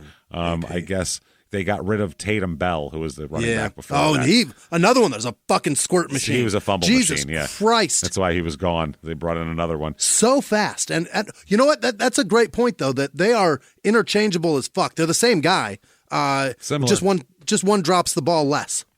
Less fumbly. That's it. Yeah. So August 30th, 2007, he's got some problems with child support judgments against him. He's not paying. He's not paying his shit here. Apparently the Atlanta Journal-Constitution reported that court documents in Georgia in a child support case show that he fathered, at this point in his life, by 2007, 9 children by 9 women in 4 different southern states. Holy. He is repopulating the Confederacy all by himself. Holy shit. He's been ordered to pay child support for 7 of them. I don't know why not the other 2. But they're not considered worthy of them. He had to borrow money from the Titans to fulfill one of the judgments at the time. That's how. Holy shit. He was borrowing money from the team to pay child support so he didn't have to go to jail. So he could fucking play. Robbing Peter to pay Paul, literally. Yeah. Robbing, Tennessee to pay fucking Jamisha or whatever her name was. Or Travis. Last week, a judge in DeKalb County, Georgia, ordered Henry to provide $3,000 a month. Come on. And fund a $250,000 trust by the spring for a boy he fathered out of wedlock 3 years ago with Jamisha Beecham. Come on! $250,000 that he needs to put in a trust in case he does. And $3,000 a month. Okay. $3,000 a month. Look, I understand children, your responsibilities. Yes. That's insane. What does that kid need that kind of money for? That seems like a lot, but it's also an NFL football player. He's got 9 kids, James. And he just signed a contract that gives him $12 million in guaranteed bonuses. Right. I think that's what this is. Yeah. She was going for it, and the judge said, well, he has it. They fucking gave it to her. He can do it. I mean, whatever. Man, so 2007 Broncos, they're 7-9. More Mike Shanahan here. Yeah. And, this team just not... Who's the quarterback? Jay Cutler is their quarterback. Yeah, that's right. That was a bad decision again. Yeah. He had all the tools and none of the brain, so that worked out real well. Neck beard. Fuck yeah. We got John Lynch on this team. Brandon Marshall, another alum. Yeah, he's CIS great. alum God, here. so yeah. Brandon Stokely on that team. I remember him. Oh, that's too. Right. Yeah, he was good end. too. Him after the Colts. Yeah. So September 10th, 2007, he's got a court date. Nothing major, but it's just him. He was parked in a handicap spot with no sticker, so he has to go. Yeah. You couldn't be less handicapped than you a guy rushing for fucking 1,400 yards in the NFL. He can so get to any store from any parking space. It's ridiculous. And enough energy left over to impregnate 9 women. Yeah. Who knows how many women he impregnates on the way to the store? Yeah. We don't know. What an impatient fuck. He's parking in the handicap. He's just entitled. I'm an entitled asshole. Yeah, I'll impregnate every 9 different women. I'll park in fucking handicap spots. I play for the football team here. I'll do what I want. I do what I need. So more from that interview with the Denver Post. This is from September 2007, so from this exact time. And the guy says, it's nobody's business, but...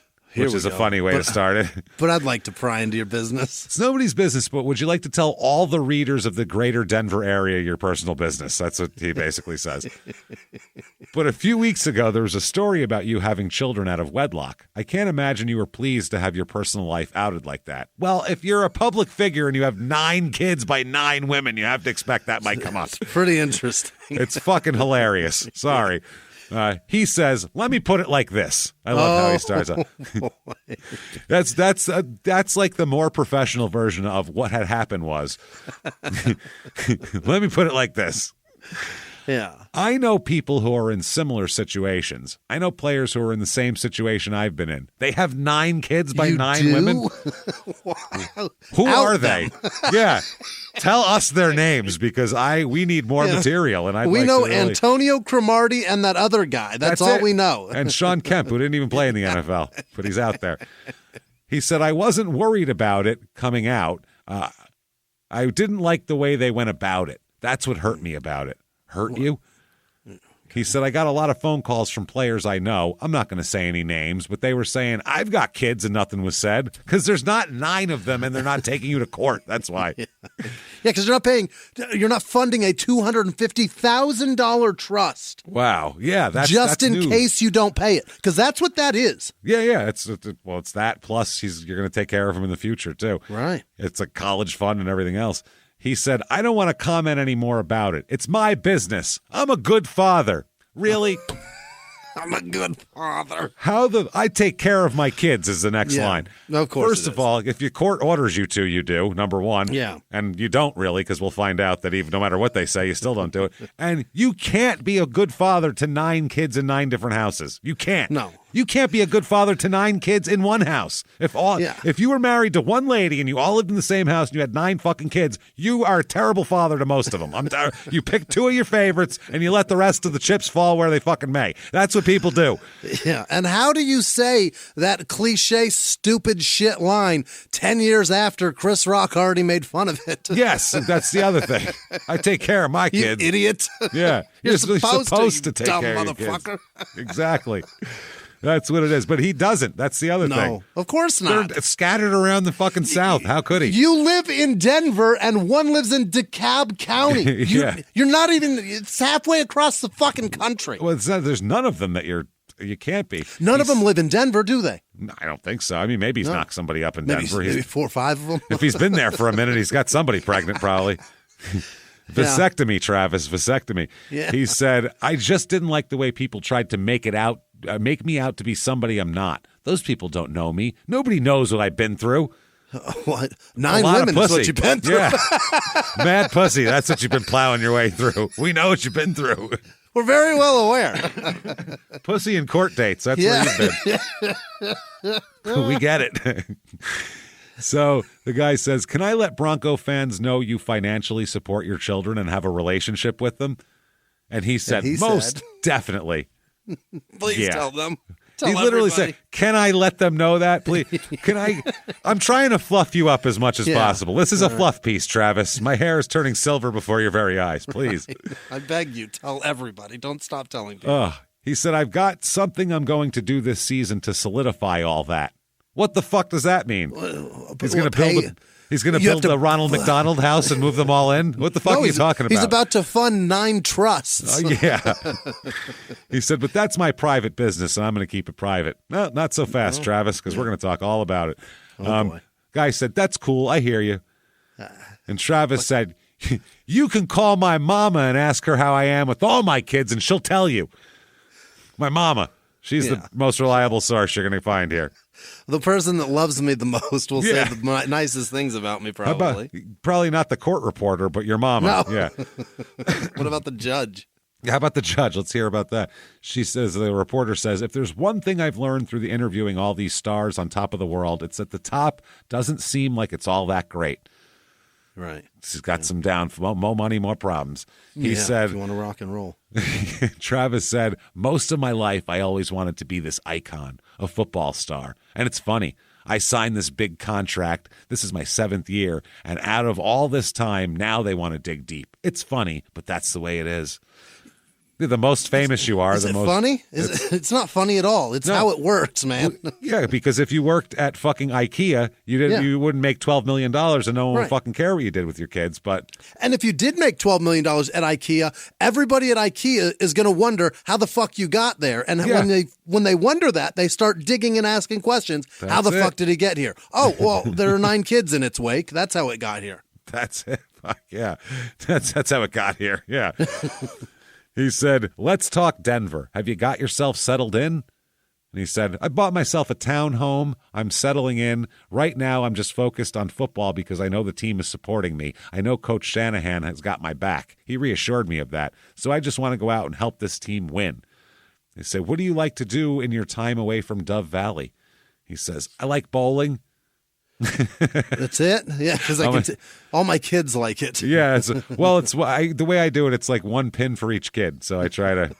Oh damn it! Little Tammy's still standing. Fuck. He names all the pins after his kids. It's the one thing that all of us can do together. Yeah, there's enough room for us in a fucking venue. An entire bowling. He's got to get a fucking a short bus to pick all his kids up if he wants to do anything with them. Yeah, there's no 9-seaters. He has to drive a 12-passenger van to be able to drive. Ridiculous. Not even the moms. The moms got to drive their own car. No, they can't come with. They can't. It's got to be it's a convoy of 2-passenger vans. Just get a school bus. Travis's family.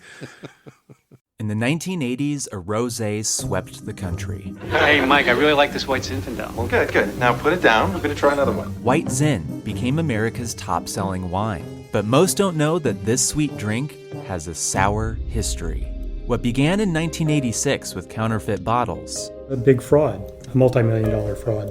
Sent investigators chasing one of the most powerful families in the business, the Licciardis. But the closer the feds got to them, the more dangerous things became. It's a story of deceit. At the time, I was paranoid. Threats. You touch my kids, I will kill you. And murder.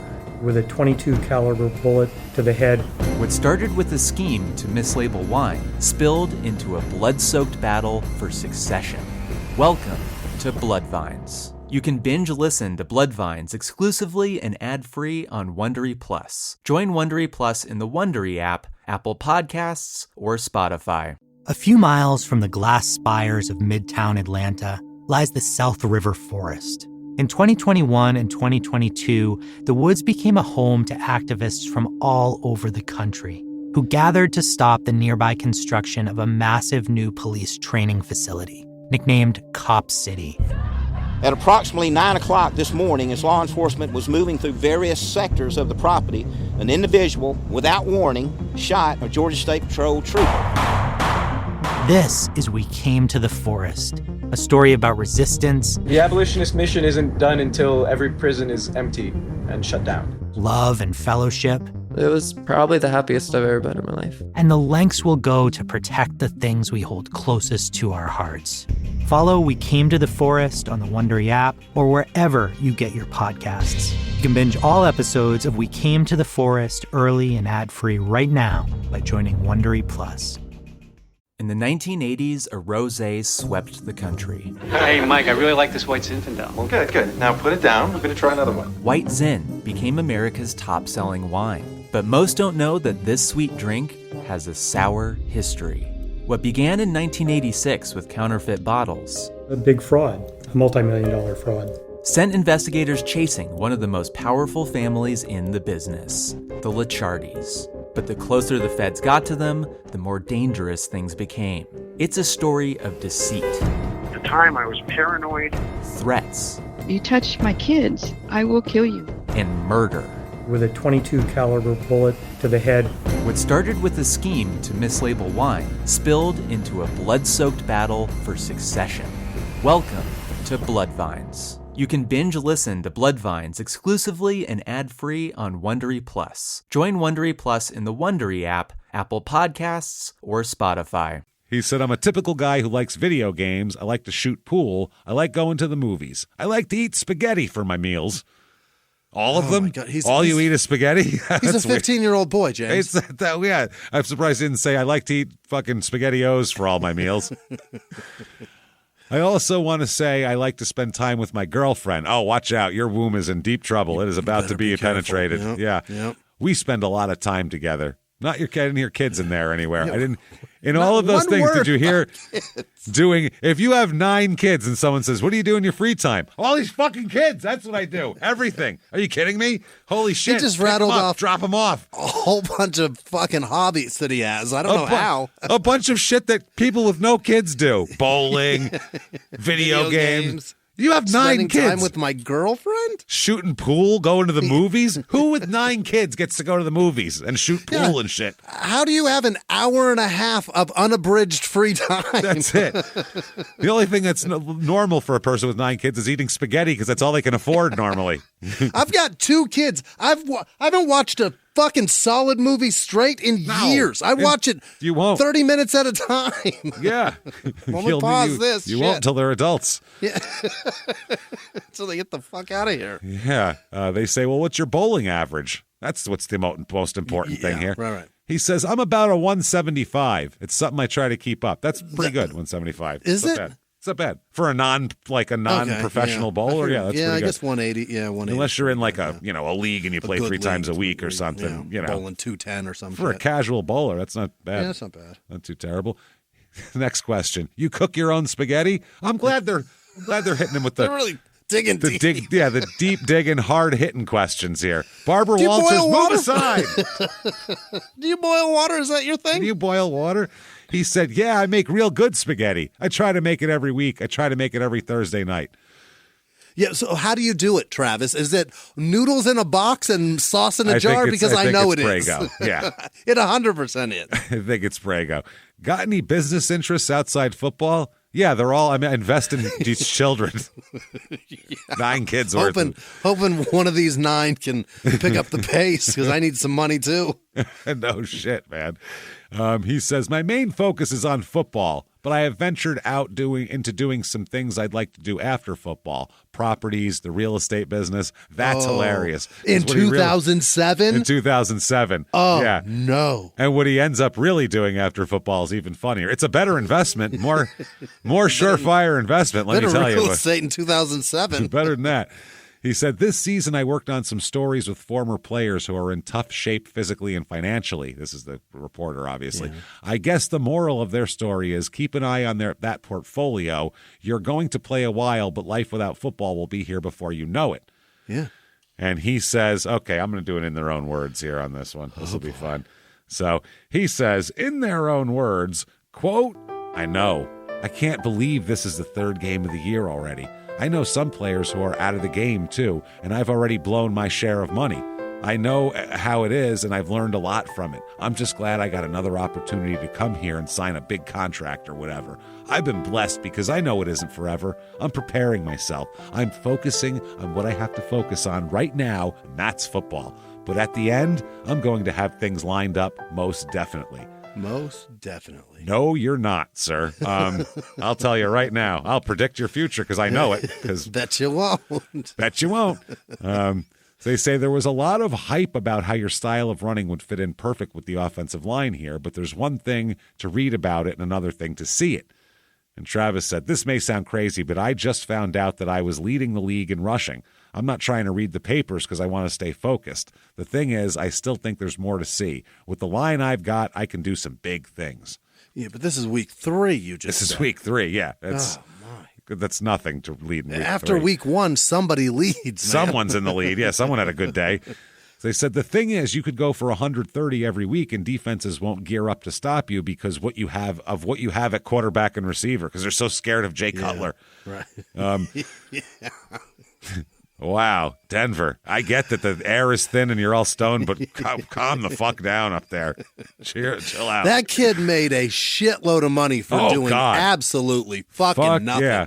To be trash ass. If you just hang around as a quarterback in the NFL, it doesn't matter what you've ever done, you're leaving with hundreds of millions of dollars. It's just the way it is. Yeah. And you put up 7-8 wins a season, somebody will hire you. One season because they saw it. And that's but how many people in the world can play quarterback in the NFL well? It's very rare. There isn't even 32 of them. Yeah. There isn't even one per team who can play well. So it's that limited to fucking so few people that it makes sense, actually. So he says, we look good on paper, but we've got to put everything together. We've been putting up yards, but we haven't opened up the way we should be opening up. And that's scary to think about for me. I'm like, whoa. He said it again? He said, I'm like, whoa. Twice. I'm like, whoa. Twice. And this is the same lifetime. conversation. Yeah. And I'm like, whoa. And that's an exclamation point, too, on that. The guy. I'm like, whoa. Did Black Rob do this to him? I think Black Rob. Travis Henry. Black Rob was just a nickname for Travis Henry. I think he is Travis Henry. His alias. Spitting kids out like, whoa. Losing money like, whoa. Like, whoa. Gonna be broke like, whoa. He said, I know I expect more and my teammates expect more. That's a good thing. Yeah. Okay. October 5th, 2007, he has failed another drug test. Oh, Travis. This is less than a month after that interview. He's failed another drug test. It's weed again. Yep, he's on the brink of a 1-year suspension now. This was so fucking stupid. Wow.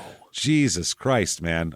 Goodell, how could you? Positive for marijuana. He filed a petition against the NFL and state Supreme Court in Suffolk County, in Long Island there, to stop the league from testing a second urine sample and taking disciplinary action against him. Henry said there was no valid reason why any unlawful substance would be in my urine. This must be a mistake. Oh, okay. It's don't test the other one. Yeah. It's a mistake. Please don't test that. No. Who does he think he is? I guess he gets he's subject to random testing every month, and a second positive test would result in an automatic 1-year suspension. He sought a court order blocking a second test to confirm that the original test result was positive, that the NFL rejected the toxicologist designated by Henry to be present for a second test. So Henry said, I'm bringing in my guy to oversee this, and they said no. Interesting. He really thinks that they're fucking with this. He's Mayfield. He's the NFL Mayfield. Fucking with my pee, man. Yeah. Everybody wants to fuck with Travis's urine. Everybody wants everything that comes out of my dick. Kids, urine. Is it Jeremy? Is that the other guy? Jeremy Mayfield? That was Jeremy saying Mayfield, yeah. Absolutely. Yeah, NASCAR was putting meth in his piss. Putting meth in his piss. And apparently in his house, because then they find it as... They're coming in just fucking really making sure. That thing to say. That's wild. He got caught with meth and meth in his system. He's like, they're putting it in my piss, and I don't know where that other meth came from. What is that? And then his wife contacts us because she's mad because we noticed. Fucking crazy shit. We caught on to what he was saying. Yeah. Because we listened to what he said. Because we just heard him. That's all. Just heard him. So, according to the league's drug policy, players appointed expert cannot be associated with the testing lab processing the test, and his toxicologist, Dr. William Clausen, was linked to the lab. So he said, if I fail this test, I will be suspended for 1 year from my employment and will be obliged to repay all signing bonuses paid to date. Oh, my God. I will be prejudiced if my expert cannot observe these tests. He smoked weed. He didn't fuck. He fucked a 15-year-old. Remember this? Let's not forget this. That part's bad. No, he smoked fucking weed, and we're acting like he's going to lose everything over weed. This is so fucking stupid. And the other part is that look, man, I realize it's his fault, but there are 9 children that are going to suffer because of this if he's suspended. Yeah. That's the crazy part. That's fucked up. It's a $22 million contract with $12 million guaranteed. Mm-hmm. He's granted a temporary restraining order in state court, but the next day NFL lawyers appealed to the state appellate division, which granted a motion to toss out the restraining order. Yeah. Oh, it's a fucking mess. Absolute mess. And he lives in a state where this is about to be legal anyway, so quick. Yeah, it's so fucking dumb. So November 13th, 2007, they're still fighting, and Shanahan here's a Fort Collins, Colorado headline, Shanahan in Henry's corner. He's silver as fuck, Mike Shanahan. Just a guy that loves winning. A guy who needs a running game. He'd be standing in front of Ted Bundy going, listen, he was a nice guy, right? This is crazy. This couldn't have been him that did it. What are we talking about? A guy who realizes that 10 years ago Super Bowls are wearing thin on his reputation. He's about to be gone. Yeah, hasn't won shit since John Elway, and it's starting to really... 1999 was a long time ago. So now the coach says that that Henry passed drug and lie detector tests. They're giving him lie detector tests. They're doing polygraphs in Cherry Hill. Oh, it says Travis Henry has convinced Coach Mike Shanahan he's not a pothead. Okay. How did he do that? I don't even know any Bob Marley songs. I know none. Nothing. What are you talking about? Like, whoa. Yeah. So Shanahan is confident that he's not going to be suspended. He said, this is Shanahan, if I thought the test was positive, Travis would not be on our football team. Shanahan said he passed a lie detector test, and a hair sample test taken from Henry also comes back negative. And he said, all tests except one have come back negative, referring to the urine sample. Yeah. He said, let's give him a chance to have his day in court. Oh, my God, that's fucking funny. So he states that the positive test result was due to what, Jimmy? What? Secondhand marijuana smoke. Nope. Yeah, that happens. No, it doesn't, actually. It does not happen. That ruins lives, James. Nope, that's hilarious. I had a friend in high school who was on probation, and he tried to use that as an excuse, and the probation officer said, now I'm going to violate you because that's bullshit. Because you lied to me. Yeah. Why would you lie to me? If you said I smoked weed, I wouldn't have cared. Don't say you sat in a car with people smoking weed. It wouldn't come up on your test, stupid. That's not how it works. Just from being in the general air. So they said the defense of hair samples and lie detector tests was irrelevant and unconvincing, the league said. Yeah, they said, but our substance abuse program is based on meeting the highest standards and respecting player rights in all phases of its administration. So, December 5th, 2007, Travis Henry wins his appeal against drug suspension. Really? That is amazing. Yep, he wins his appeal. He disputed the results, contended the league violated the policy, and now that and they said that not allowing an expert of his choosing to be present for the testing violated his rights. Yeah. So there you go. Yeah. Shanahan is fined for comments about the substance abuse program that week as well. $25,000 he's fined by for saying Goodell. It's bullshit. Yeah. For inappropriate comments. His comments regarding Travis Henry, who won his appeal, I guess fucking Shanahan said, listen, had he failed a lie detector test, he would have considered releasing him, but he passed the test, and he said, it's bullshit. He said it's ridiculous that they're doing this to him, and obviously it's bullshit, and blah, blah, Shanahan blah, blah, made blah. enough money to cough up $25,000 to back. He didn't give a fuck. That's not so bad. Yeah. And I would think that fucking Pat Bolin would have paid that if they were so. Yeah, probably. And Goodell probably only levied it because he was embarrassed that a coach is backing up the player on rules that the league makes him abide by. That's all. And they know he smoked weed. Stop it. Don't be ridiculous. He got caught before. This is the third fucking time or whatever, however many times it takes to trigger a year suspension. And he's winning on a fucking technicality. That's all. He got off like OJ. You know what I mean? It's similar. Yeah. So this year he plays in 12 games, starts 7, has 691 yards, 4.1 per carry. You fucking jerk. He makes $6,695,000 cash paid this year, though. That's a nice payday. Not too shabby. Yeah. 2008, he says he restructured his deal with the Broncos prior to his scheduled $6 million bonus that he was supposed to make. He previously stated, he said, I want to make it right with the Broncos, the fans, and myself. I want to be a Bronco and make it all right. That sounds like a guy that did nothing wrong. Did nothing wrong. Just want to be a Bronco and make it all right. I just want to stay here and just hang out with the kids and just make it all right, baby. It's just a great magnanimous dad around just here. Want to That's help. all I am. Me, my 9 kids, we're all gonna stay. He said, I don't want to be anywhere else. I owe these people something for all that happened last year. Yeah, they saved you millions and millions of dollars. Yeah. I want to clear my name there, and I'm so hungry to do right there. So he's so hungry to do right at this point. Okay. So Henry paid $250,000 into his attorneys.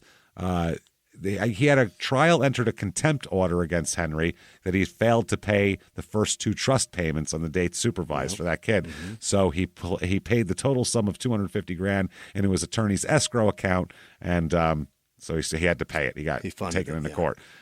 June 2nd, 2008, Broncos release Travis Henry. What? They release him. Yes, they say that we did not feel his commitment to the Broncos was enough to warrant a spot on this football team, Mike Shanahan said. Uh-oh. He's just too inconsistent as a person, not as a running back, as a human. As a people. As a people. I'm not going to get into details what he did or didn't do. If you don't do the little things, obviously you can't count on somebody, so that's why he's released. Holy shit, Shanahan's. Yep. He made a fool out of Shanny. That's what happened. Yep, he didn't like that at all. Yep. So he is facing a drug suspension again in July of 2008. There it is. Yep. He again tested positive for marijuana. Again, Broncos said they were not aware of the ruling before they released him. Just lucky timing. Yeah, sure. So I'll bet. Just a little lucky thing there. June 15th, 2008, by the way, he's in court for some more traffic stuff. No driver's license and operating a motor vehicle without having a driver's license. I just don't understand. Why do you not have a driver's license? Don't you have parenting time? You got to go pick up your kids? How do you not have a car and a license? How do you not have a fucking driver's license? How are you? That's insane. That's fucking nuts. I don't understand. Wow. That. I have my driver's license in good standing, and I'm a disaster at shit like that. Keeping up with things, I'm awful at it. Forget keeping up with it. I'm bad at doing the actual thing, the driving. I'm surprised they haven't taken it from me. Fucking email reminders aren't even good enough for me. I need a text reminder, and then if you could text me again, too. Like, I have no fucking idea what I'm doing in the world. So the NFL suspends Travis Henry on August 30th, 2008. So, yep, he is going to be suspended for at least 1 year. Wow. Yep. You have not solidified yourself in the NFL like Ricky Williams did by this time. You know what I mean? No. Like you can't afford to be you're not shut out for weed at this point. You're considered a pretty good running back. But at this point, when you come back, you're going to be a reclamation project that's going to have to sign for minimum and prove yourself. Right. That's all you're going to be able to do. And it's not even because you're injury prone. It's because you're dummy prone. Yep, you're a fucking idiot. So he immediately, obviously, now he's suspended. He's going to have to find a way to make some money. This is a guy who can't just have no income. He's got too much going out. Too many kids. So he finds something else here. The failed test, by the way, was reportedly dated May 2008, showing that he used marijuana 5 months after winning his appeal for... Hilarious. Which is funny. So September 30th, 2008, by the end of the fucking month, he is arrested along with an accomplice following a 6 kilo of cocaine sting, according to federal authorities. He's started running a coke ring. That's the way he's going to make up for this. Right now. Now. Let's go. I need to make money. I got kids. So I found the affidavit from the federal authorities that this is his arrest document that describes everything he did in detail, and it's fucking... Listening to how it all fell apart is hilarious through this document. Shit. Okay, so this is a special agent for the Drug Enforcement Administration, the DEA, in the Billings, Montana office. And this is arrest warrants for Travis Henry and James Mack. That's his partner in this whole thing.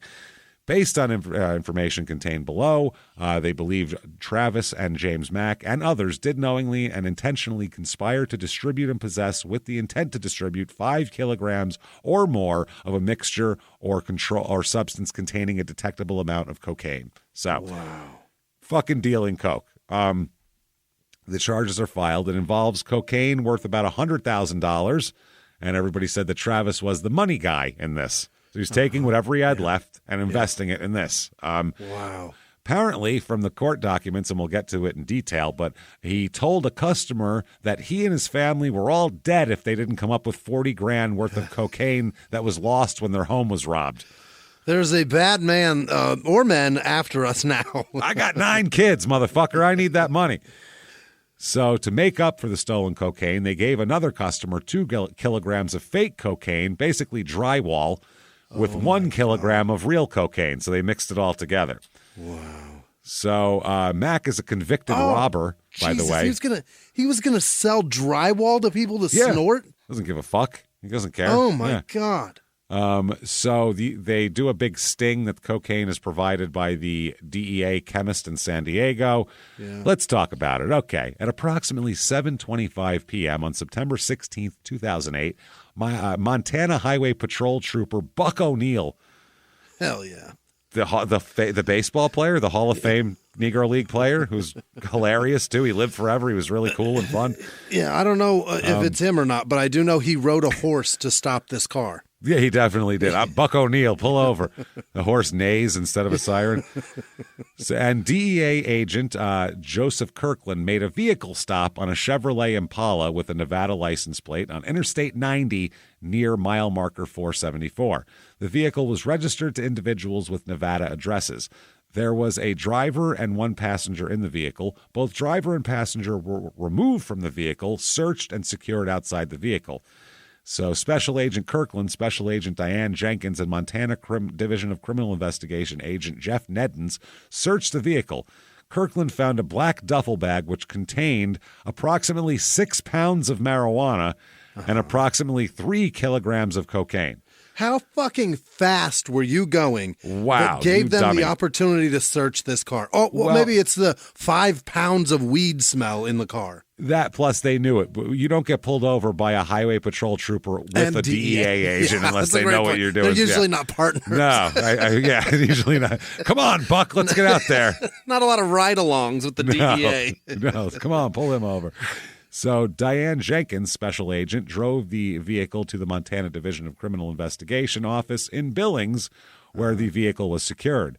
The driver and passenger were also transferred there. Immediately following the passenger's arrest, the passenger, who eventually became a cooperating subject, CS1, he'll be known as, debriefed with investigators at the office of the Montana Division of Criminal Investigation. Present at the interview were all these people. They read him his rights. So he got pulled over at, what time did I say he got pulled over? 7:25. Yeah. By 8:10, he was cooperating. I'll tell you everything. 10. 45 fucking minutes after the lights went on.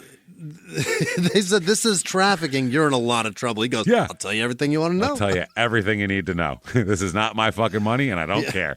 This is not my drugs. He said he would love to speak with investigators at that time. Super psyched to do it. I'll tell you anything. Number one, because not only is he fucked with this, he's also in trouble with these. This is the guy who he's 40 grand light, so he's trying to do favors for them to get in their good graces. So this is not going to go over well. No. So according to this informant, he was traveling to Billings, Montana to deliver 3 kilograms of cocaine and 6 pounds of marijuana. The 3 kilograms of cocaine were to be delivered to a resident of Billings. The customer was to pay $20,000 for each kilo. The 6 pounds of weed were to be delivered to another resident of Billings, and this customer was to pay $600 a pound for the marijuana. He's got multiple stops to make? Multiple stops to make. Oh, my God. He's a fucking Amazon driver for drugs? Almost there. Oh, the informant identified his sources of supply for the cocaine and the marijuana as James Mack, a.k.a. T, and Travis Henry, who's not T. James Mack doesn't have a T in his name. Not one T in his fucking name. Wow. This guy the informant was essentially a transporter of drugs and money and was going to be paid $5,000 for transporting the drugs to Billings and transporting all proceeds back to Travis Henry in Denver. Yeah. Money guy. The informant stated that the house of the drug associate in Billings, another customer, was broken into and was robbed of $40,000. That's the one we talked about. According to this informant, customer number 3 here was also obtained cocaine directly from the defendants Mack and Henry in Denver. Since this informant introduced customer 3 to Mack and Henry were holding the informant equally responsible for the $40,000 loss because they said, you're the one who introduced us to that asshole. You're part of this. You lost. That's why he's making too. this run. He has no choice. Yep. So they said in addition to the above transactions, the informant on 2 occasions had delivered cocaine to another customer number 4, in Billings, Montana. I didn't know this meant there was this many drugs coming into Billings. I didn't know Billings was such a hotbed Wow. for cocaine. No shit. On September 16th, 2008. So he was doing this the second the drug test came back failed. He started doing this in May. And the DEA was well aware of it already. Quickly. Yeah. He didn't build a drug empire and then get No. taken down. He just started. So they said on the second occasion, the informant delivered 2 kilos of cocaine. The cocaine was sold for $21,500 a kilo. According to the confidential informant here, Henry was the money guy and was owed the $40,000 lost in the robbery. As a result, Henry was threatening this informant and his family, demanding that this informant pay the $40,000 lost by that customer that he introduced him to. Mm-hmm. According to this informant, Henry said that this informant's family and customer number 3's family were all dead if they didn't come up with the money. Did he accidentally text that to the DEA? You're all dead. How did they know? I don't know. He's not good at this, apparently. He's as good at this as holding onto the ball, going through the hole. So in order to avoid being killed by Henry, Mac and the informant came up with a plan to rip off customer 1 by supplying him with 1 kilo of real cocaine and 2 kilos of fake cocaine, which was drywall. The $40,000 made from the sale of the 2 sham kilos would be used to pay off the $40,000 debt owed to them. So this is how you're going to do it. Dickhead.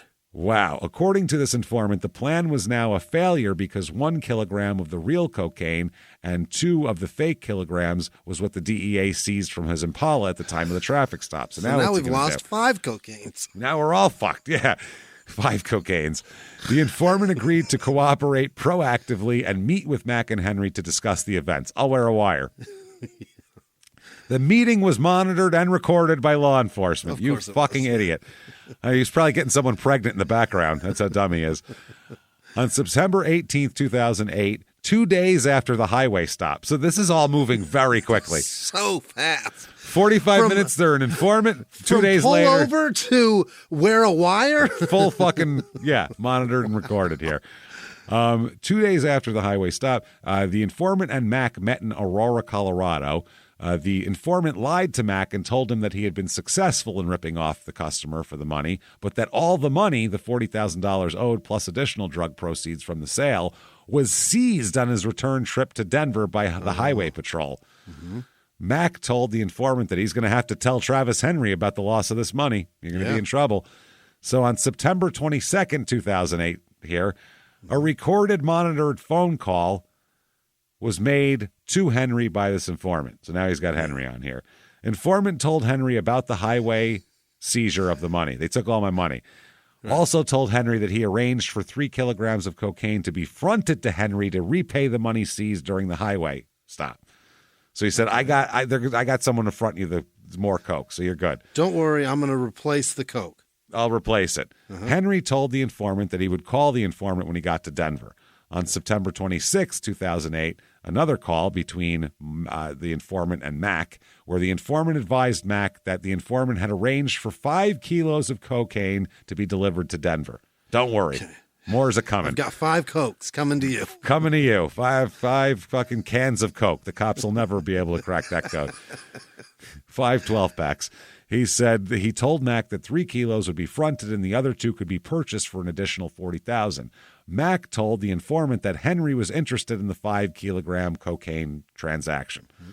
He's going to do it. So, September 27th, the next day, Henry arrived unexpectedly at the informant's residence. That's terrifying. Yeah, that's generally because I've also got a saw in the trunk. I figured something out. You're going to come with me now. Yeah, I picture the scene from Scarface in the bathtub. I've changed my mind about those Cokes. Yeah, because I'm going to take your limbs instead. Henry asked the informant about the 5 kilos. The informant told Henry the 5 kilos of cocaine would arrive in Denver on Tuesday, September 30th. Henry and the informant agreed that the informant would front Henry 3 grams of coke and Henry would purchase the remaining 2 for $40,000. Okay. On September 29th, another conversation between the informant and Henry, where the informant and Henry confirm that the transaction for 5 kilograms will take place the next day at the informant's residence. Oh, boy. So September 30th, here it is, D-Day here. Now, 3:23 p.m., a recorded monitored telephone conversation was conducted between him and Henry. Informant tells Henry the coke would be in town a couple of hours and that the informant would call Henry when it arrived. At 5:43 p.m. that day, he makes another call and tells him the cocaine is here. It showed up. Happy days are here again. I'm going to fix all that ails us. All that ails us. 6:15 p.m., Henry and Mac arrive at the apartment here. Mm-hmm. The informant talked with Henry and Mac briefly and then retrieved a duffel bag that held 6 kilos of cocaine. He put the duffel bag on the kitchen counter. Mac opens the bag and took out a kilo of cocaine. Mac cut himself trying to open the package. He sliced his hand. He can't operate a knife. He's not good at this. Yeah. So Henry took the package, or took the kilo, and broke off a piece of the coke, broke off a little chunk here. Mm-hmm. Henry and Mac then started cooking the cocaine to test its quality. That's how much they know what they're doing. They immediately know how to start cooking the shit up. They're like, you got a pot and this and that. Wow. Cooking it. So Travis is no neophyte. Yeah. At all. He's not just a money man. He's very well versed in the chemistry of cocaine and how to make it into fucking rocks. Crack. He knows, yeah. I mean, he didn't just see Menace to Society one time when they did it on there. He's actually knows what he's doing. He's bubbling it, yeah. They said, quote, after they rocked up the cocaine. Oh, my God. Yep, yeah. And saw that it was good quality, because it's from the DEA in San Diego. We know it's good quality. It's the best there is. It's pretty decent. It's what they've seized. Yeah. Henry and Mac packaged up all 6 kilograms of cocaine in a duffel bag. Henry took the duffel bag, and he and Mac went out the front door of the residence. Oh, boy. As they exited the residence, law enforcement, quote, contacted Henry and Mac in an effort to place them under arrest. Contacted is one way to put it. They said DEA freeze. Jumped out with guns drawn and scared them half to death would be government officials. Mac immediately went to the ground and was secured by police. Yeah. And Henry, Travis. He's got a duffel bag, which is like a ball. Yeah. He's going for it. He fucking ran. He took off. He's all tuck it and run, babe. Fuck that shit. Yeah. Defenses can't catch me. I don't even have an offensive line. I'll take my chances. 25 up the middle.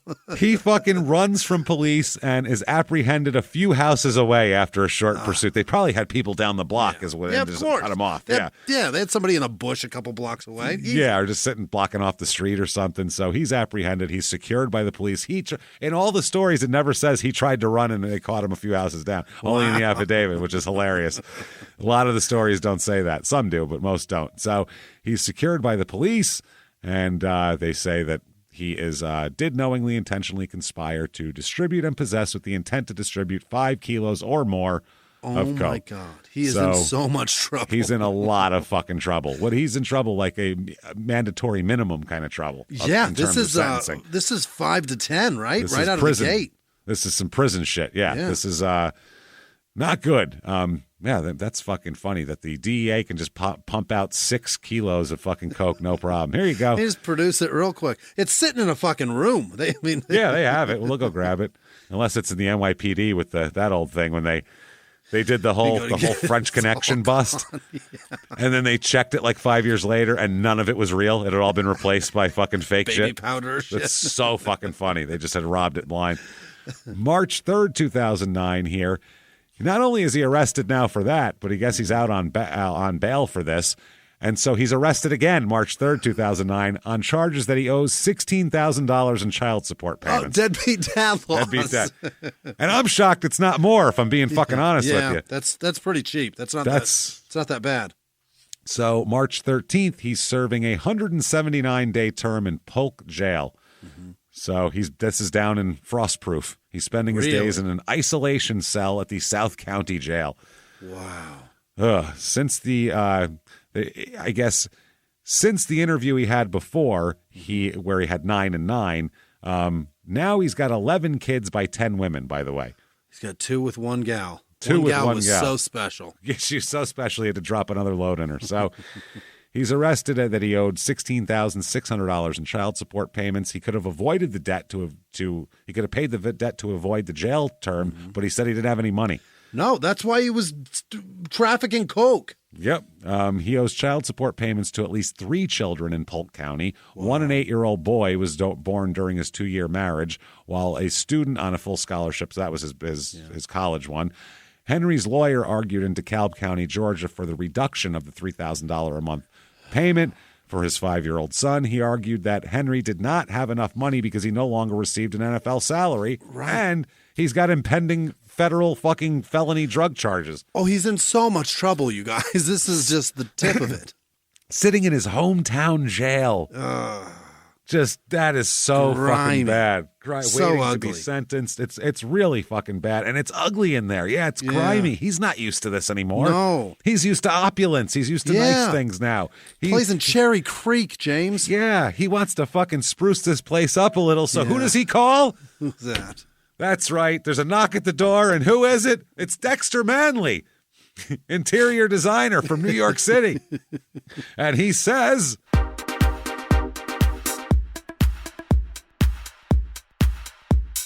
How is it you've come to arrive here? Like, seriously. Oh, my God.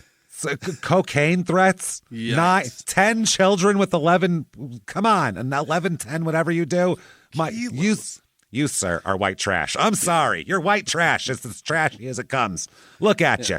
This is a disgrace. You know what? I won't fix this place up. You deserve to live in squalor, sir. This is money to pay anyway. Just stop. Stop it now. And then... No. He's not here. No. Let me in. Oh, stop. Just ignore him. Ignore him. You have enough problems. Trust me. Yeah. Let me in now. He's virile. Look at him. Oh, God. He looks at a woman and she's pregnant. Oh, come on. Hang out with me, Travis. Travis? Can you hear me, Travis? Do you like poop? Travis? Do you impregnate them and then poop on them? I'm interested in your lifestyle, Travis. Let me in.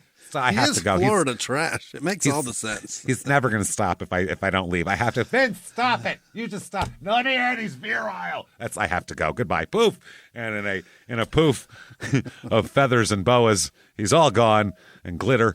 And Vince is gone too. Thankfully for everybody. So how trash. How Florida trash is Travis Henry? Travis Henry should be on the flag, I think. He's surrounded by all of his kids with a mosaic of the women behind him. I think that would be perfect. Really fantastic at being Florida man. He is. So by 2009, he's in the newspaper, and they're saying he's broke after injuries and drug problems and, quote, prolific procreating. Which Procreator is the name of the episode for sure. That's pretty good. Pretty right on the nose. Jesus Christ. They said, quote, Travis Henry was rattling off his children's ages, which ranged from 3 to 11. He paused and took a breath before finishing. You can't get those out in one breath, all his kids. All he's got to do is count from 3 to 11. Yeah, all of them are right there. Oh, man. So they're talking about his prolific procreating generated by child support disputes have highlighted how futile the NFL's attempts can be at educating its players about making wise choices. He likes pussy. You can have as many symposiums as you like. Yeah. They're still going to like pussy. Every guy. Yeah. I'm a young fucking guy with money. And they don't realize how dude, if you gave me $12 million when I was 22, I'd be dead and there'd be a bunch of children in my wake. All over the place. Bunch of children in my wake. Bunch of children at your wake, not in your wake. Yeah, that's what it is. And they'd all be saying, why is daddy asleep? Because they'd be so young they wouldn't fucking understand. They wouldn't get it. $12 million, you think it's going to be forever, but it's just fucking not when there's that many kids. Dude, this is crazy because he got busted in a huge federal drug bust, and that isn't even the news. The news is how many fucking kids he has. That's what's crazy. Cocaine, who cares? He has done it 9 times. Yeah, they asked him about his fiscal responsibilities to his children, and he said, quote, they've got my blood. I've got to deal with it. Which is a great way to put it. That's not the answer. Yeah, he was under house arrest for the drug matter at this point, waiting to go to trial here. He had returned from Atlanta, where a judge put him in jail. Obviously, this was in his payments. He said, "I love all of my kids," but he said he couldn't afford the designated amounts estimated by his attorney at $170,000 a year. He said, "I've lost everything in this mess I've gotten myself into." I would say. Then he says, he said he was, got married when he was 19 to one of the women and all that. And he said that Henry's mother didn't like that. He said she was going crazy over it. So that's when he got divorced for her. Mm-hmm. So 2 more kids over there. Attending the NFL Rookie Symposium as a draft pick, he watched a skit that dramatized the repercussions of imprudent sexual activity. Yeah. And then he said that he laughed throughout the sketch. What the fuck? Well, I mean, that was, we should have known. Yeah, I mean, he's already has 4 kids. This is already past him anyway. It's not funny, man. Horse is out of the barn, sir. This is... Is it funny now, Travis? How about now? He said, quote, "I thought that ain't ever going to happen to me." Uh-huh. Yes, it will here. He maintained he was in involved long-term relationships with many of the mothers. Some, he said some of them told him that they were using birth control, and he was surprised at discovering that they'd become pregnant by him. Maybe you're just that good, man. That's what he said. Well, I did use protection at first. Then they'd be saying they'd be on the pill. They said they'd be on the pill. I mean, when they say they be on the pill, they be on the pill, you know? I was an idiot to trust them. Second or third time with them, I didn't use it. Second or third time? 9 times, man. Okay. He said it like they were in a relationship for a year, and after a year, it was like, well, now I'm on the pill and stuff, so let's... Second or third time I was with them. He fucked them second time raw dogging them, and he's like, weird that I have kids. What the fuck do you expect? And he did that 9 times. Yeah, second or third time with them, I didn't use it, then boom.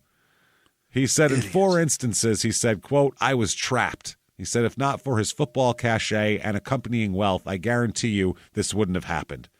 No, dude, that's not how that works. No. Just because of the football doesn't mean you don't get people pregnant. Oh, man. He said, my counselor asks me, how can you do the same thing over and over? And he said he never doesn't have an answer for him. Because he's insane. He's insane. Just keeps happening. That's the answer. His answer is this, quote, "Knock on wood or something. I'm blessed not to have AIDS." That never crossed my mind. No. This fucking, the look on your face was like, who is this asshole? This is like, who says that? He's such a fucking idiot, man. I got 9 kids, but at least it's not AIDS. I mean, yeah, it's not AIDS. 11 kids, but no AIDS. You're going to die broke either way, man. Oh, my God. Jesus Christ, what man. a dipshit. In an interview with the lawyer who represents Jamisha Beecham, the one mother of his one baby, characterized Henry's spending, quote, like there was no tomorrow. Yes. And thus depriving his children of money. Yeah. Piling on that, he also failed the drug test, so he's suspended. He couldn't play if he wanted to, even if he wasn't in jail. Yeah. He insists, though, that his body has 3 more seasons in it. Oh? He said, I could do it. He said, I'm seeking to modify my... He said, I'm seeking to modify my child support obligations. He said, some of the mothers and their lawyers will have none of that, saying that he has squandered a small fortune on luxuries like cars and jewelry. Yeah. Henry said, I feel sorry for the guy. This is the one attorney. I feel sorry for the guy. Trust me. On the other hand, when you take those kinds of actions, there are consequences. He could have taken care of the money. Mm-hmm. He argued, Henry, that within the context of athletes, he was not, out of line. Living wild, yeah. Yeah, he said he contended he owned no more than 3 vehicles at once and figured he'd spent $250,000 on jewelry. He said, quote, that ain't a lot. It's a lot. It's a lot, yeah. It's a house back then. Yeah, that's a lot. He said, that ain't a lot. He said, though, he hopes to pawn some of his jewelry to pay off one of his debts. So he can gain his freedom. Take it to a jeweler and sell it for top dollar. Don't pawn anything. No, put it on fucking eBay and say it's yours. Sell it to somebody in Tennessee who has some weird fucking fixation on the volunteers, Titans, whatever. Yeah. He then says, quote, I have a big heart. A big heart and a big sperm reservoir as well. Big old jizz reservoir. Yeah. I was taking care of a lot of people. I was acting like somebody who never had nothing, could never get into that saving mode. I guess not. Yeah. His lawyer said, Travis is tackling this head on. I love when they use football fucking terms. That's so annoying. He said it's humbling for them to ask for help, guys like him, athletes in a bad position. He said, Henry, he said that they talk about his father disappeared and then resurfaced when he started coming around. And he said, there was no love lost. He wasn't around when I needed him to be. But now he said he gets along with him. Okay. He said he voices no love for some of the mothers of his children. Really? He said everything was cool before he signed that contract in Denver. And then, quote, they were out for blood. They're out to get something from you that you haven't given them at all. That's the thing. They were out for help raising your fucking children. Yeah. It's Idiot. the fucking... Oh, my God. He said after his drug arrest, he developed severe migraines that required a visit to an emergency room. Yeah, his mother once phoned, worried that he was contemplating suicide, and he told her that he wasn't. He said, I'm trying to get through this storm.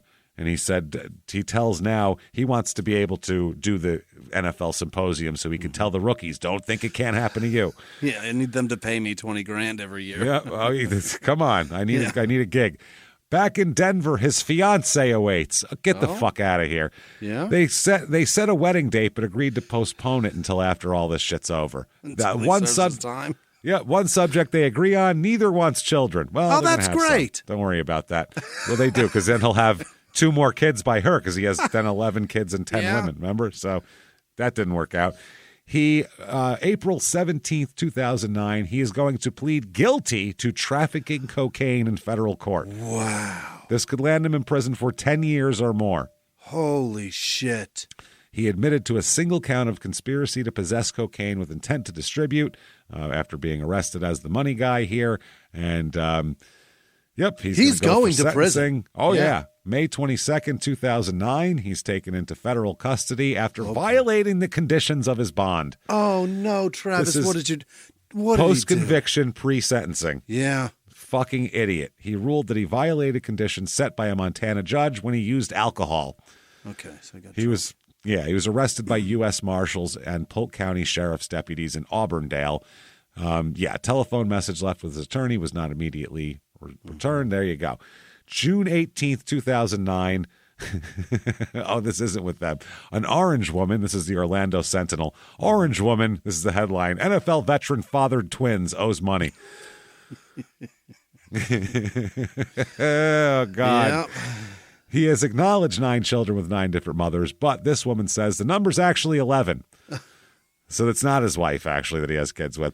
Vanessa Colbert recently became the second woman in Orange County trying to collect child support from Henry. She says the former athlete fathered her twins, who are now 18 months old. So a woman wasn't even so special that he put 2 in there. It was an accident that there's 2 in there. That there's Yup. Shit. He owes more than $11,000 in back support in 2 cases at this point. The Orange County women have joined a long line of mothers seeking money from the man who once played for the Broncos, Titans, and Bills. So this has become like a class action suit. You shouldn't have enough baby mamas to have a class action against you for this. This is fucking crazy. Yeah, like T-Mobile leaked your fucking Social Security number. Yeah. That's crazy. His lawyer says right now there's nothing, meaning no money. Yeah. So he's got no money. He said there's a detailed flow chart of the children, by the way, in the child support cases. It includes each child's date of birth, mother, and place of residence. Then there are Henry's monthly payments. According to this affidavit, 2008 financial affidavit, he spent about $1,100 to talk on the phone, and about $2,500 on clothes, another $2,500 on entertainment, $1,500 on gifts. Among his assets at the time, a $100,000 Mercedes, a $25,000 Cadillac Escalade, $50,000 in jewelry. And he said he had some heavy liabilities, $100,000 owed to lawyers, and $140,000 owed to a jeweler. Wow. His lawyer says, quote, it's a typical catastrophe. That's a great line. A typical catastrophe, which great oxymoron. Yeah. He said people who are young, who make a lot of money, sometimes don't plan well enough in advance here, obviously. And his lawyer also said at the end of the day, he still has a responsibility to the children. So July 16th, 2009, a federal judge, this is sentencing now in Florida, Here we go. They sentence him to, you, sir, may fuck off 3 years in prison. What? Which isn't bad. Incredibly light, yeah. He threatened to kill people over coke money. That's light. And ran. And tried to flee. Yeah. That's the other thing. Not just like he had some coke. He threatened to kill a man over coke. That's a lot. That's trying to be a kingpin shit. That's usually a lot more money. He's lucky he's a fucking athlete. So he gets that plus 5 years probation as well and a 500-hour drug treatment program. Okay, he's not completing that. Yeah, well, the fine is waived. There's a big fine, and that's waived because they said that the judge said he can't afford the fine. Pay that? No. He said, I'd rather give that to the kids that he fucking has fathered. So if he completes a drug program while in prison, his sentence could be reduced by 1 year. Oh, that's great. So, yeah, August of 2012. So when did he go? That was July 2009. By August of 2012, out of prison, released. Free man. He does 2 fucking years for threatening someone's life over coke debts, which seems real fucking light. But, James, you got to understand, too. Avon Barksdale did more time than that. This man is now beyond his prime, too. Oh, yeah. And in so much trouble. So much trouble. So fucked, and he owes so much money still. He's in so much trouble. All of his fucking cash. You got to feel bad for these kids going, where's dad? God. And I don't know. Jesus. Fucking, we don't even know. I feel bad for all these people, Jimmy. But not nearly as bad as I feel for Travis Henry, marketing and sales development ops at Snowflake and author of Busting Silos. And let me show you this guy. He couldn't be any less like this Travis Henry. he looks Mormon. Yeah, it looks like a dating app profile. Jesus Christ. It's fucking hilarious. Just a blonde guy. Yeah. And he's in Denver, this guy, too. Poor bastard. Oh, I feel terrible for him. Travis Henry, wealth advisor at Crescent. Well, I'm definitely not going to him, unfortunately. Nope. That's really unfortunate for this poor guy. It's not his fault. Yeah. If you live in Miami, Fort Lauderdale, give this guy a shot. It's not the same guy. If you've got any kind of wealth to manage. And also, he does sports and entertainment as well. That guy does? Yeah, advocate for diversity in tech and venture capital in Miami, Fort Lauderdale. So, are you sure that's not him? Oh, it's not him. No, it's certainly not him. He went to Yale. He didn't go to Tennessee and play football. He went to Yale, this man. No, they wouldn't even let him on the campus to play a game at Yale. No, they're afraid to impregnate somebody. Also, he has assets under management exceeding $10 billion. Holy shit. So he's doing just fine, this guy. Yeah. He did, though. He was a 4-year letterman in all Ivy League selection, helping Yale win the 2006 Ivy League football championship. What? So he's actually a football player named Travis fucking Henry who lives in Florida. And manages $10 billion. And is doing so much better. So much fucking better. He didn't play in the NFL and has way more money. Way more fucking money. Did so much better with himself. Travis Henry, professor of radiology, chief of cardiothoracic imaging division at Duke University. Holy shit. He's got an important job. Yeah. Is it just chopping up stuff saying breathe deep on this? I guess so, man. And then finally, Travis Henry from the show My 600-Pound Life. What? There's a big fat guy named Travis Henry? Big giant fat guy. 617 pounds of Travis Henry. So that's like 3 Travis Henrys that we have. 3 of our Travis Henrys. So he was on the show and apparently lost some weight. He shed 238 pounds. Wow. On the show, achieving a final weight of 379, which is like an offensive lineman. That's not bad at all. Yeah, he's doing well. That guy. So apparently he's doing well. I don't know what he's doing now, but he's doing fine. And also Travis Henry, physical therapist. Okay. Yeah. Licensed physical therapist with the Bone and Joint Institute of Tennessee. So again, he also went to the University of Tennessee. Wow. Holy shit. So, August 6, 2012, he's played out his suspension. Yeah. That's all over. He was in jail for that. Yeah. He's out of jail. Reinstated by the NFL. Okay. Reinstated. They don't care. Tampa Tribune, comeback in the works for ex-NFL star. Henry, 33, working out. Too old for a running back. Oh, boy. Unless you're Walter Payton, that's not going to work. So they said he's trying to come back. He's really... Last time he played was 2007. He said, I have fresh legs. Fuck. That's what he said. I have fresh legs. 6 years ago. He said, quote, what motivated me was players like Michael Vick and Plaxico Burress getting into trouble, then getting back into society and redeeming themselves. Nobody is happy about Michael Vick getting back. No, everybody actually, was so mad. He had a lot of support after a while. He did, but a ton of people were like, "Just he served his time as society." It was like just because there's a backlash. If you, like I said, you could blow up a fucking school, and if enough people hate you, there'll be a group of people that go, "No, that he's okay." He took a dog by the leash and slammed it. It's fuck him, man, forever. I don't care. Nobody minded after that, though. Unbelievable. It's fucking crazy. Sweet lefty sling of that ball. Nobody gives a shit. Fuck him forever. He said, I agree. Fuck yeah, I'm all about it. He said, I've had a good time to look back and reflect on my life and set goals for myself. I never imagined myself going to prison. In my time away, people would know who I was and talk in a disappointed way like I threw away my career. Yeah, you did. Like you threw it away? You threatened to kill a man over coke, dude. It's fucking crazy. You can't and then tried to substitute it with drywall. Like, you're a dick. Fucking dick in all accounts. You're not even a trustworthy drug dealer. No, you're a terrible drug dealer. Because drugs are out, there is no recourse except, so that's the ultimate, like, fucking, are you a upstanding person? Are you even honest in drug deals? Not even. Not even. He said, it just haunts me when I think about it. I see guys like Vic and Burris, and I say, why can't that be me?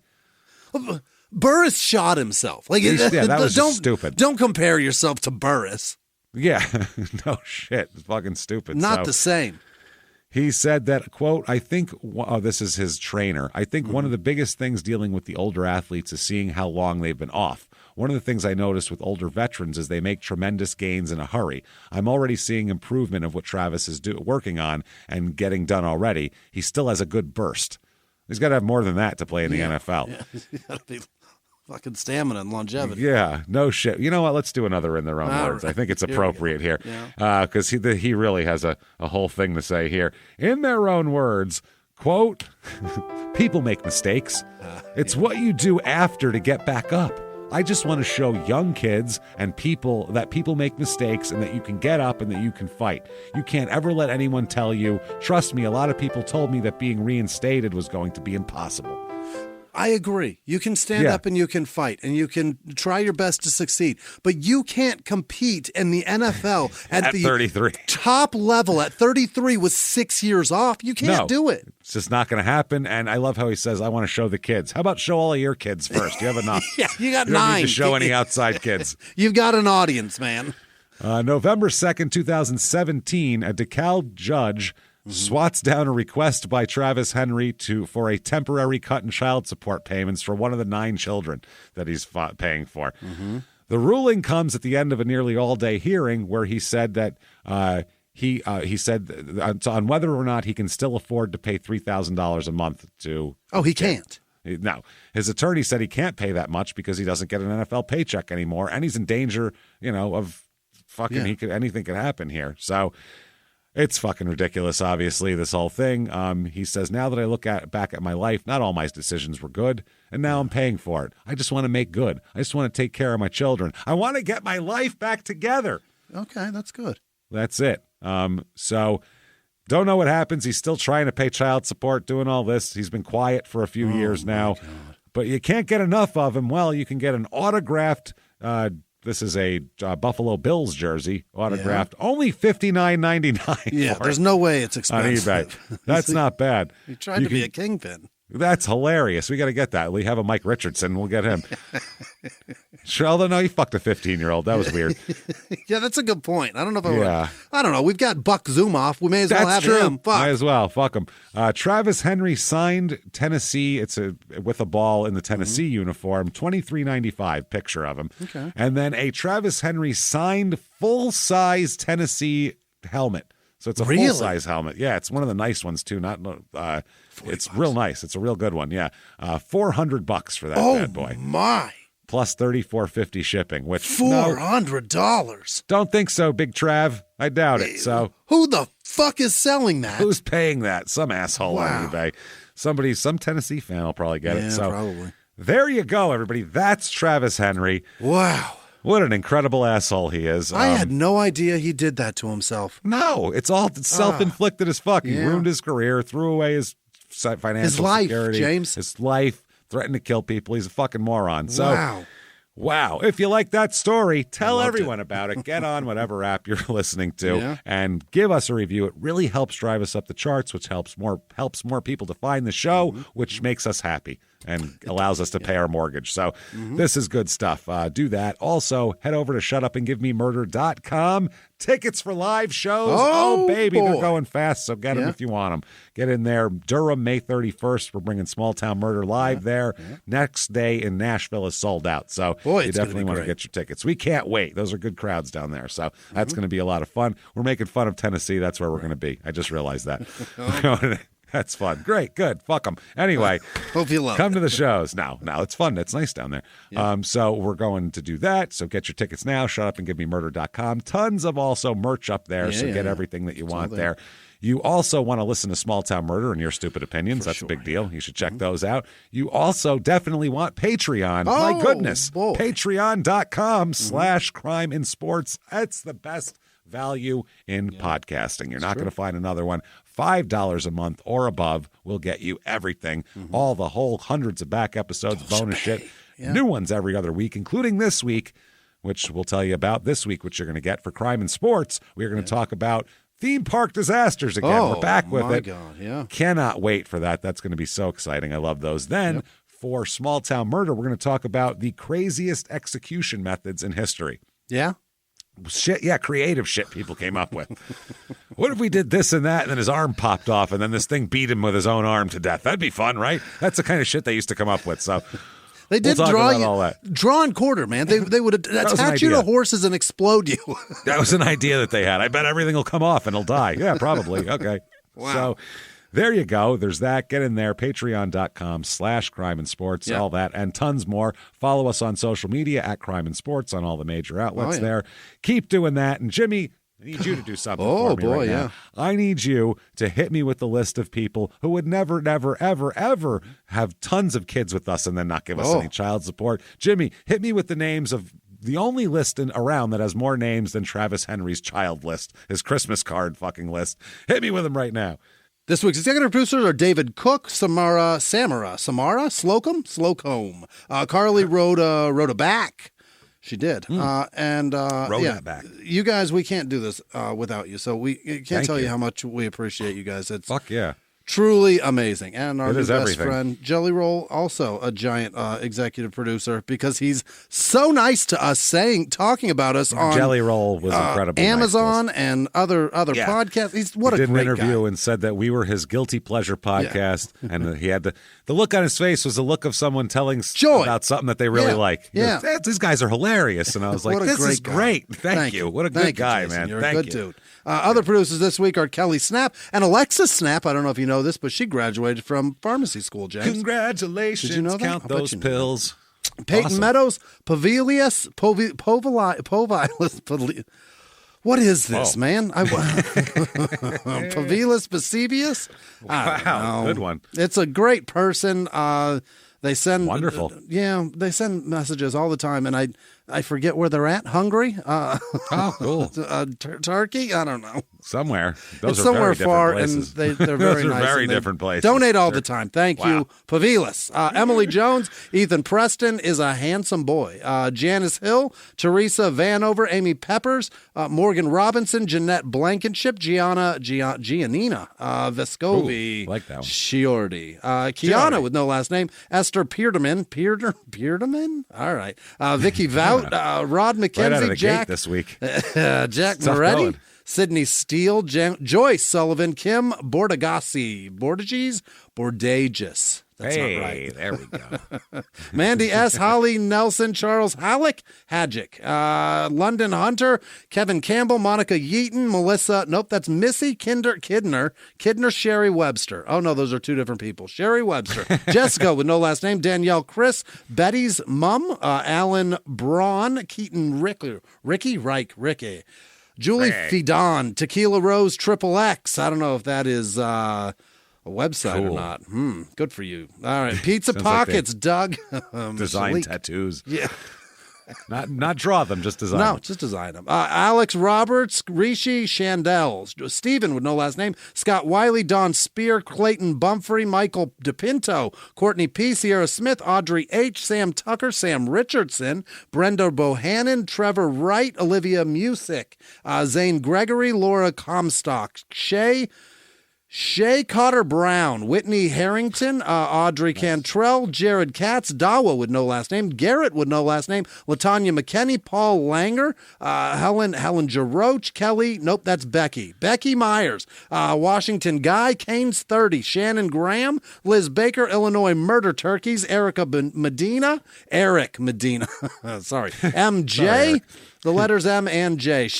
Michael Jordan. Steve, yeah, probably. Steve Ainsworth, Debbie Cobb, Sci FYI. Is that Sci-Fi? All right. Tucker Johnson, Phil with no last name, Erica Fraser, Kimberly N, Rachel, Rochelle with no last name, Song Heaven, Nika, Nicca. I'm not doing it. Maloroni, Trisha Lynn Griffin, Kate. Nietzsche.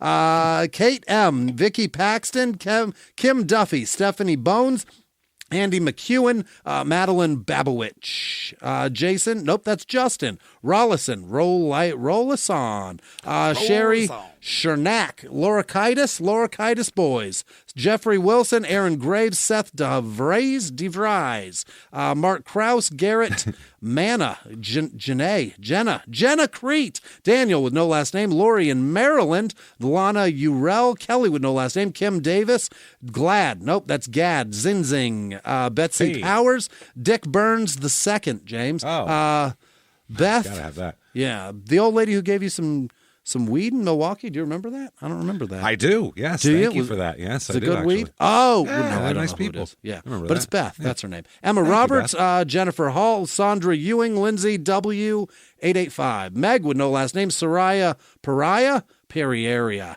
Linda Dauphine, Matt Horsch, Rashail, that's probably Rachel, with no last name, Autumn Schmittitis, Beverly Middleton, Michael.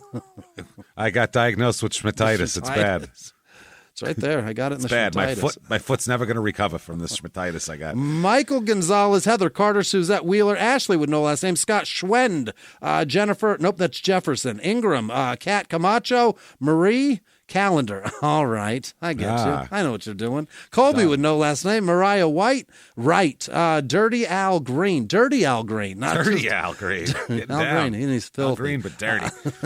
Devine Devaney. It's Divine DC. That's what that is. Randy Brown Jackson with no last name. Kristen McNeil, Connor Pale, Pamela Doherty, Paula Welch, Melinda Wilson, Akiko Showen, Christine Guggenberger, Emma Burns, Dylan Smith, Margaret Wright, Shakti. Is that Shakti? Yeah. Brittany, Rain. Oh boy, Renee, Jordan Collard, Jolie Moon, I think. Tyler Harris, Autumn Davis, Stephanie Marie. What is this? Alexandra Paradise, Zachary Rydell, Patrick Bakeys, Jagger, Muhay, Penny, mixed kid, Penny with no last name, Elliot Tilden, Josh Stanley, Bree B, Jenny Becerra, Sarah Goldsmith, Justin Simmons, Nick Vargas, Sherry Holm, Emma Louise Ann Rice Jones, Ellen T. Crosby, Anna, it's Rice. Anna T. Contreras, Anna Contreras, Ellen T. Crosby, Rosie Cheeks, Megan Haley Ray. All right, Emily Revels. It's falling apart. Heather with no last name. Stephanie Huber. Fred with no last name. Claymore with no last name. Garrett Bowman. Jamie Southard. Southard. Melinda Shatcher.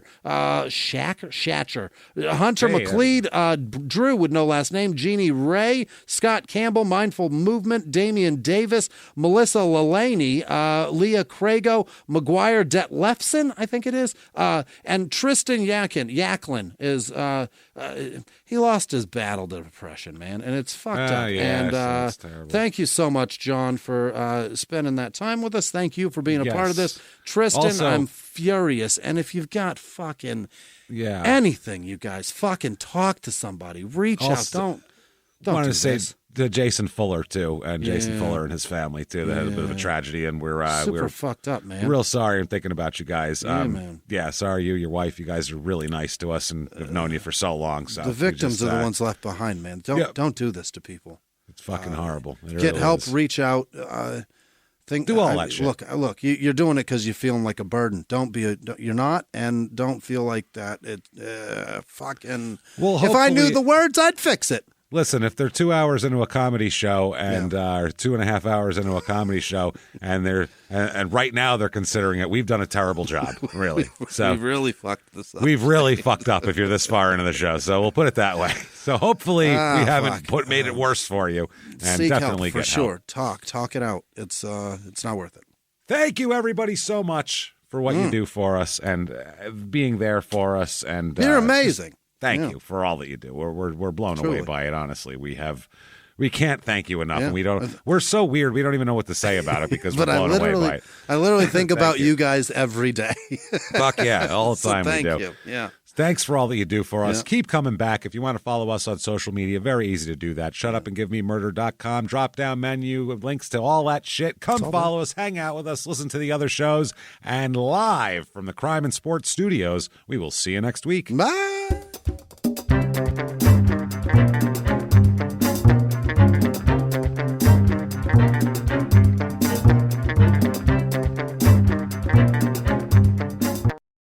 If you like Crime and Sports, you can listen early and ad-free now by joining Wondery Plus in the Wondery app or on Apple Podcasts. Prime members can listen early and ad-free on Amazon Music. Before you go, tell us about yourself by filling out a short survey at Wondery.com/survey.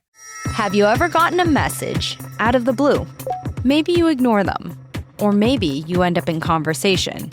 Maybe they tell you about an amazing offer. I can really show you how to make some money. And maybe that gets you into a lot of trouble. But this isn't a story about people like you, the people receiving these messages. This is a story about the people behind the messages, on the other end of the line. Thousands of them, working in a microcity built for scammers. From Wondery, the makers of Dr. Death and Kill List, comes Scam Factory, a new series about survival at the expense of others. Follow Scam Factory on the Wondery app or wherever you get your podcasts. You can listen to Scam Factory early and ad-free right now by joining Wondery Plus in the Wondery app or on Apple Podcasts.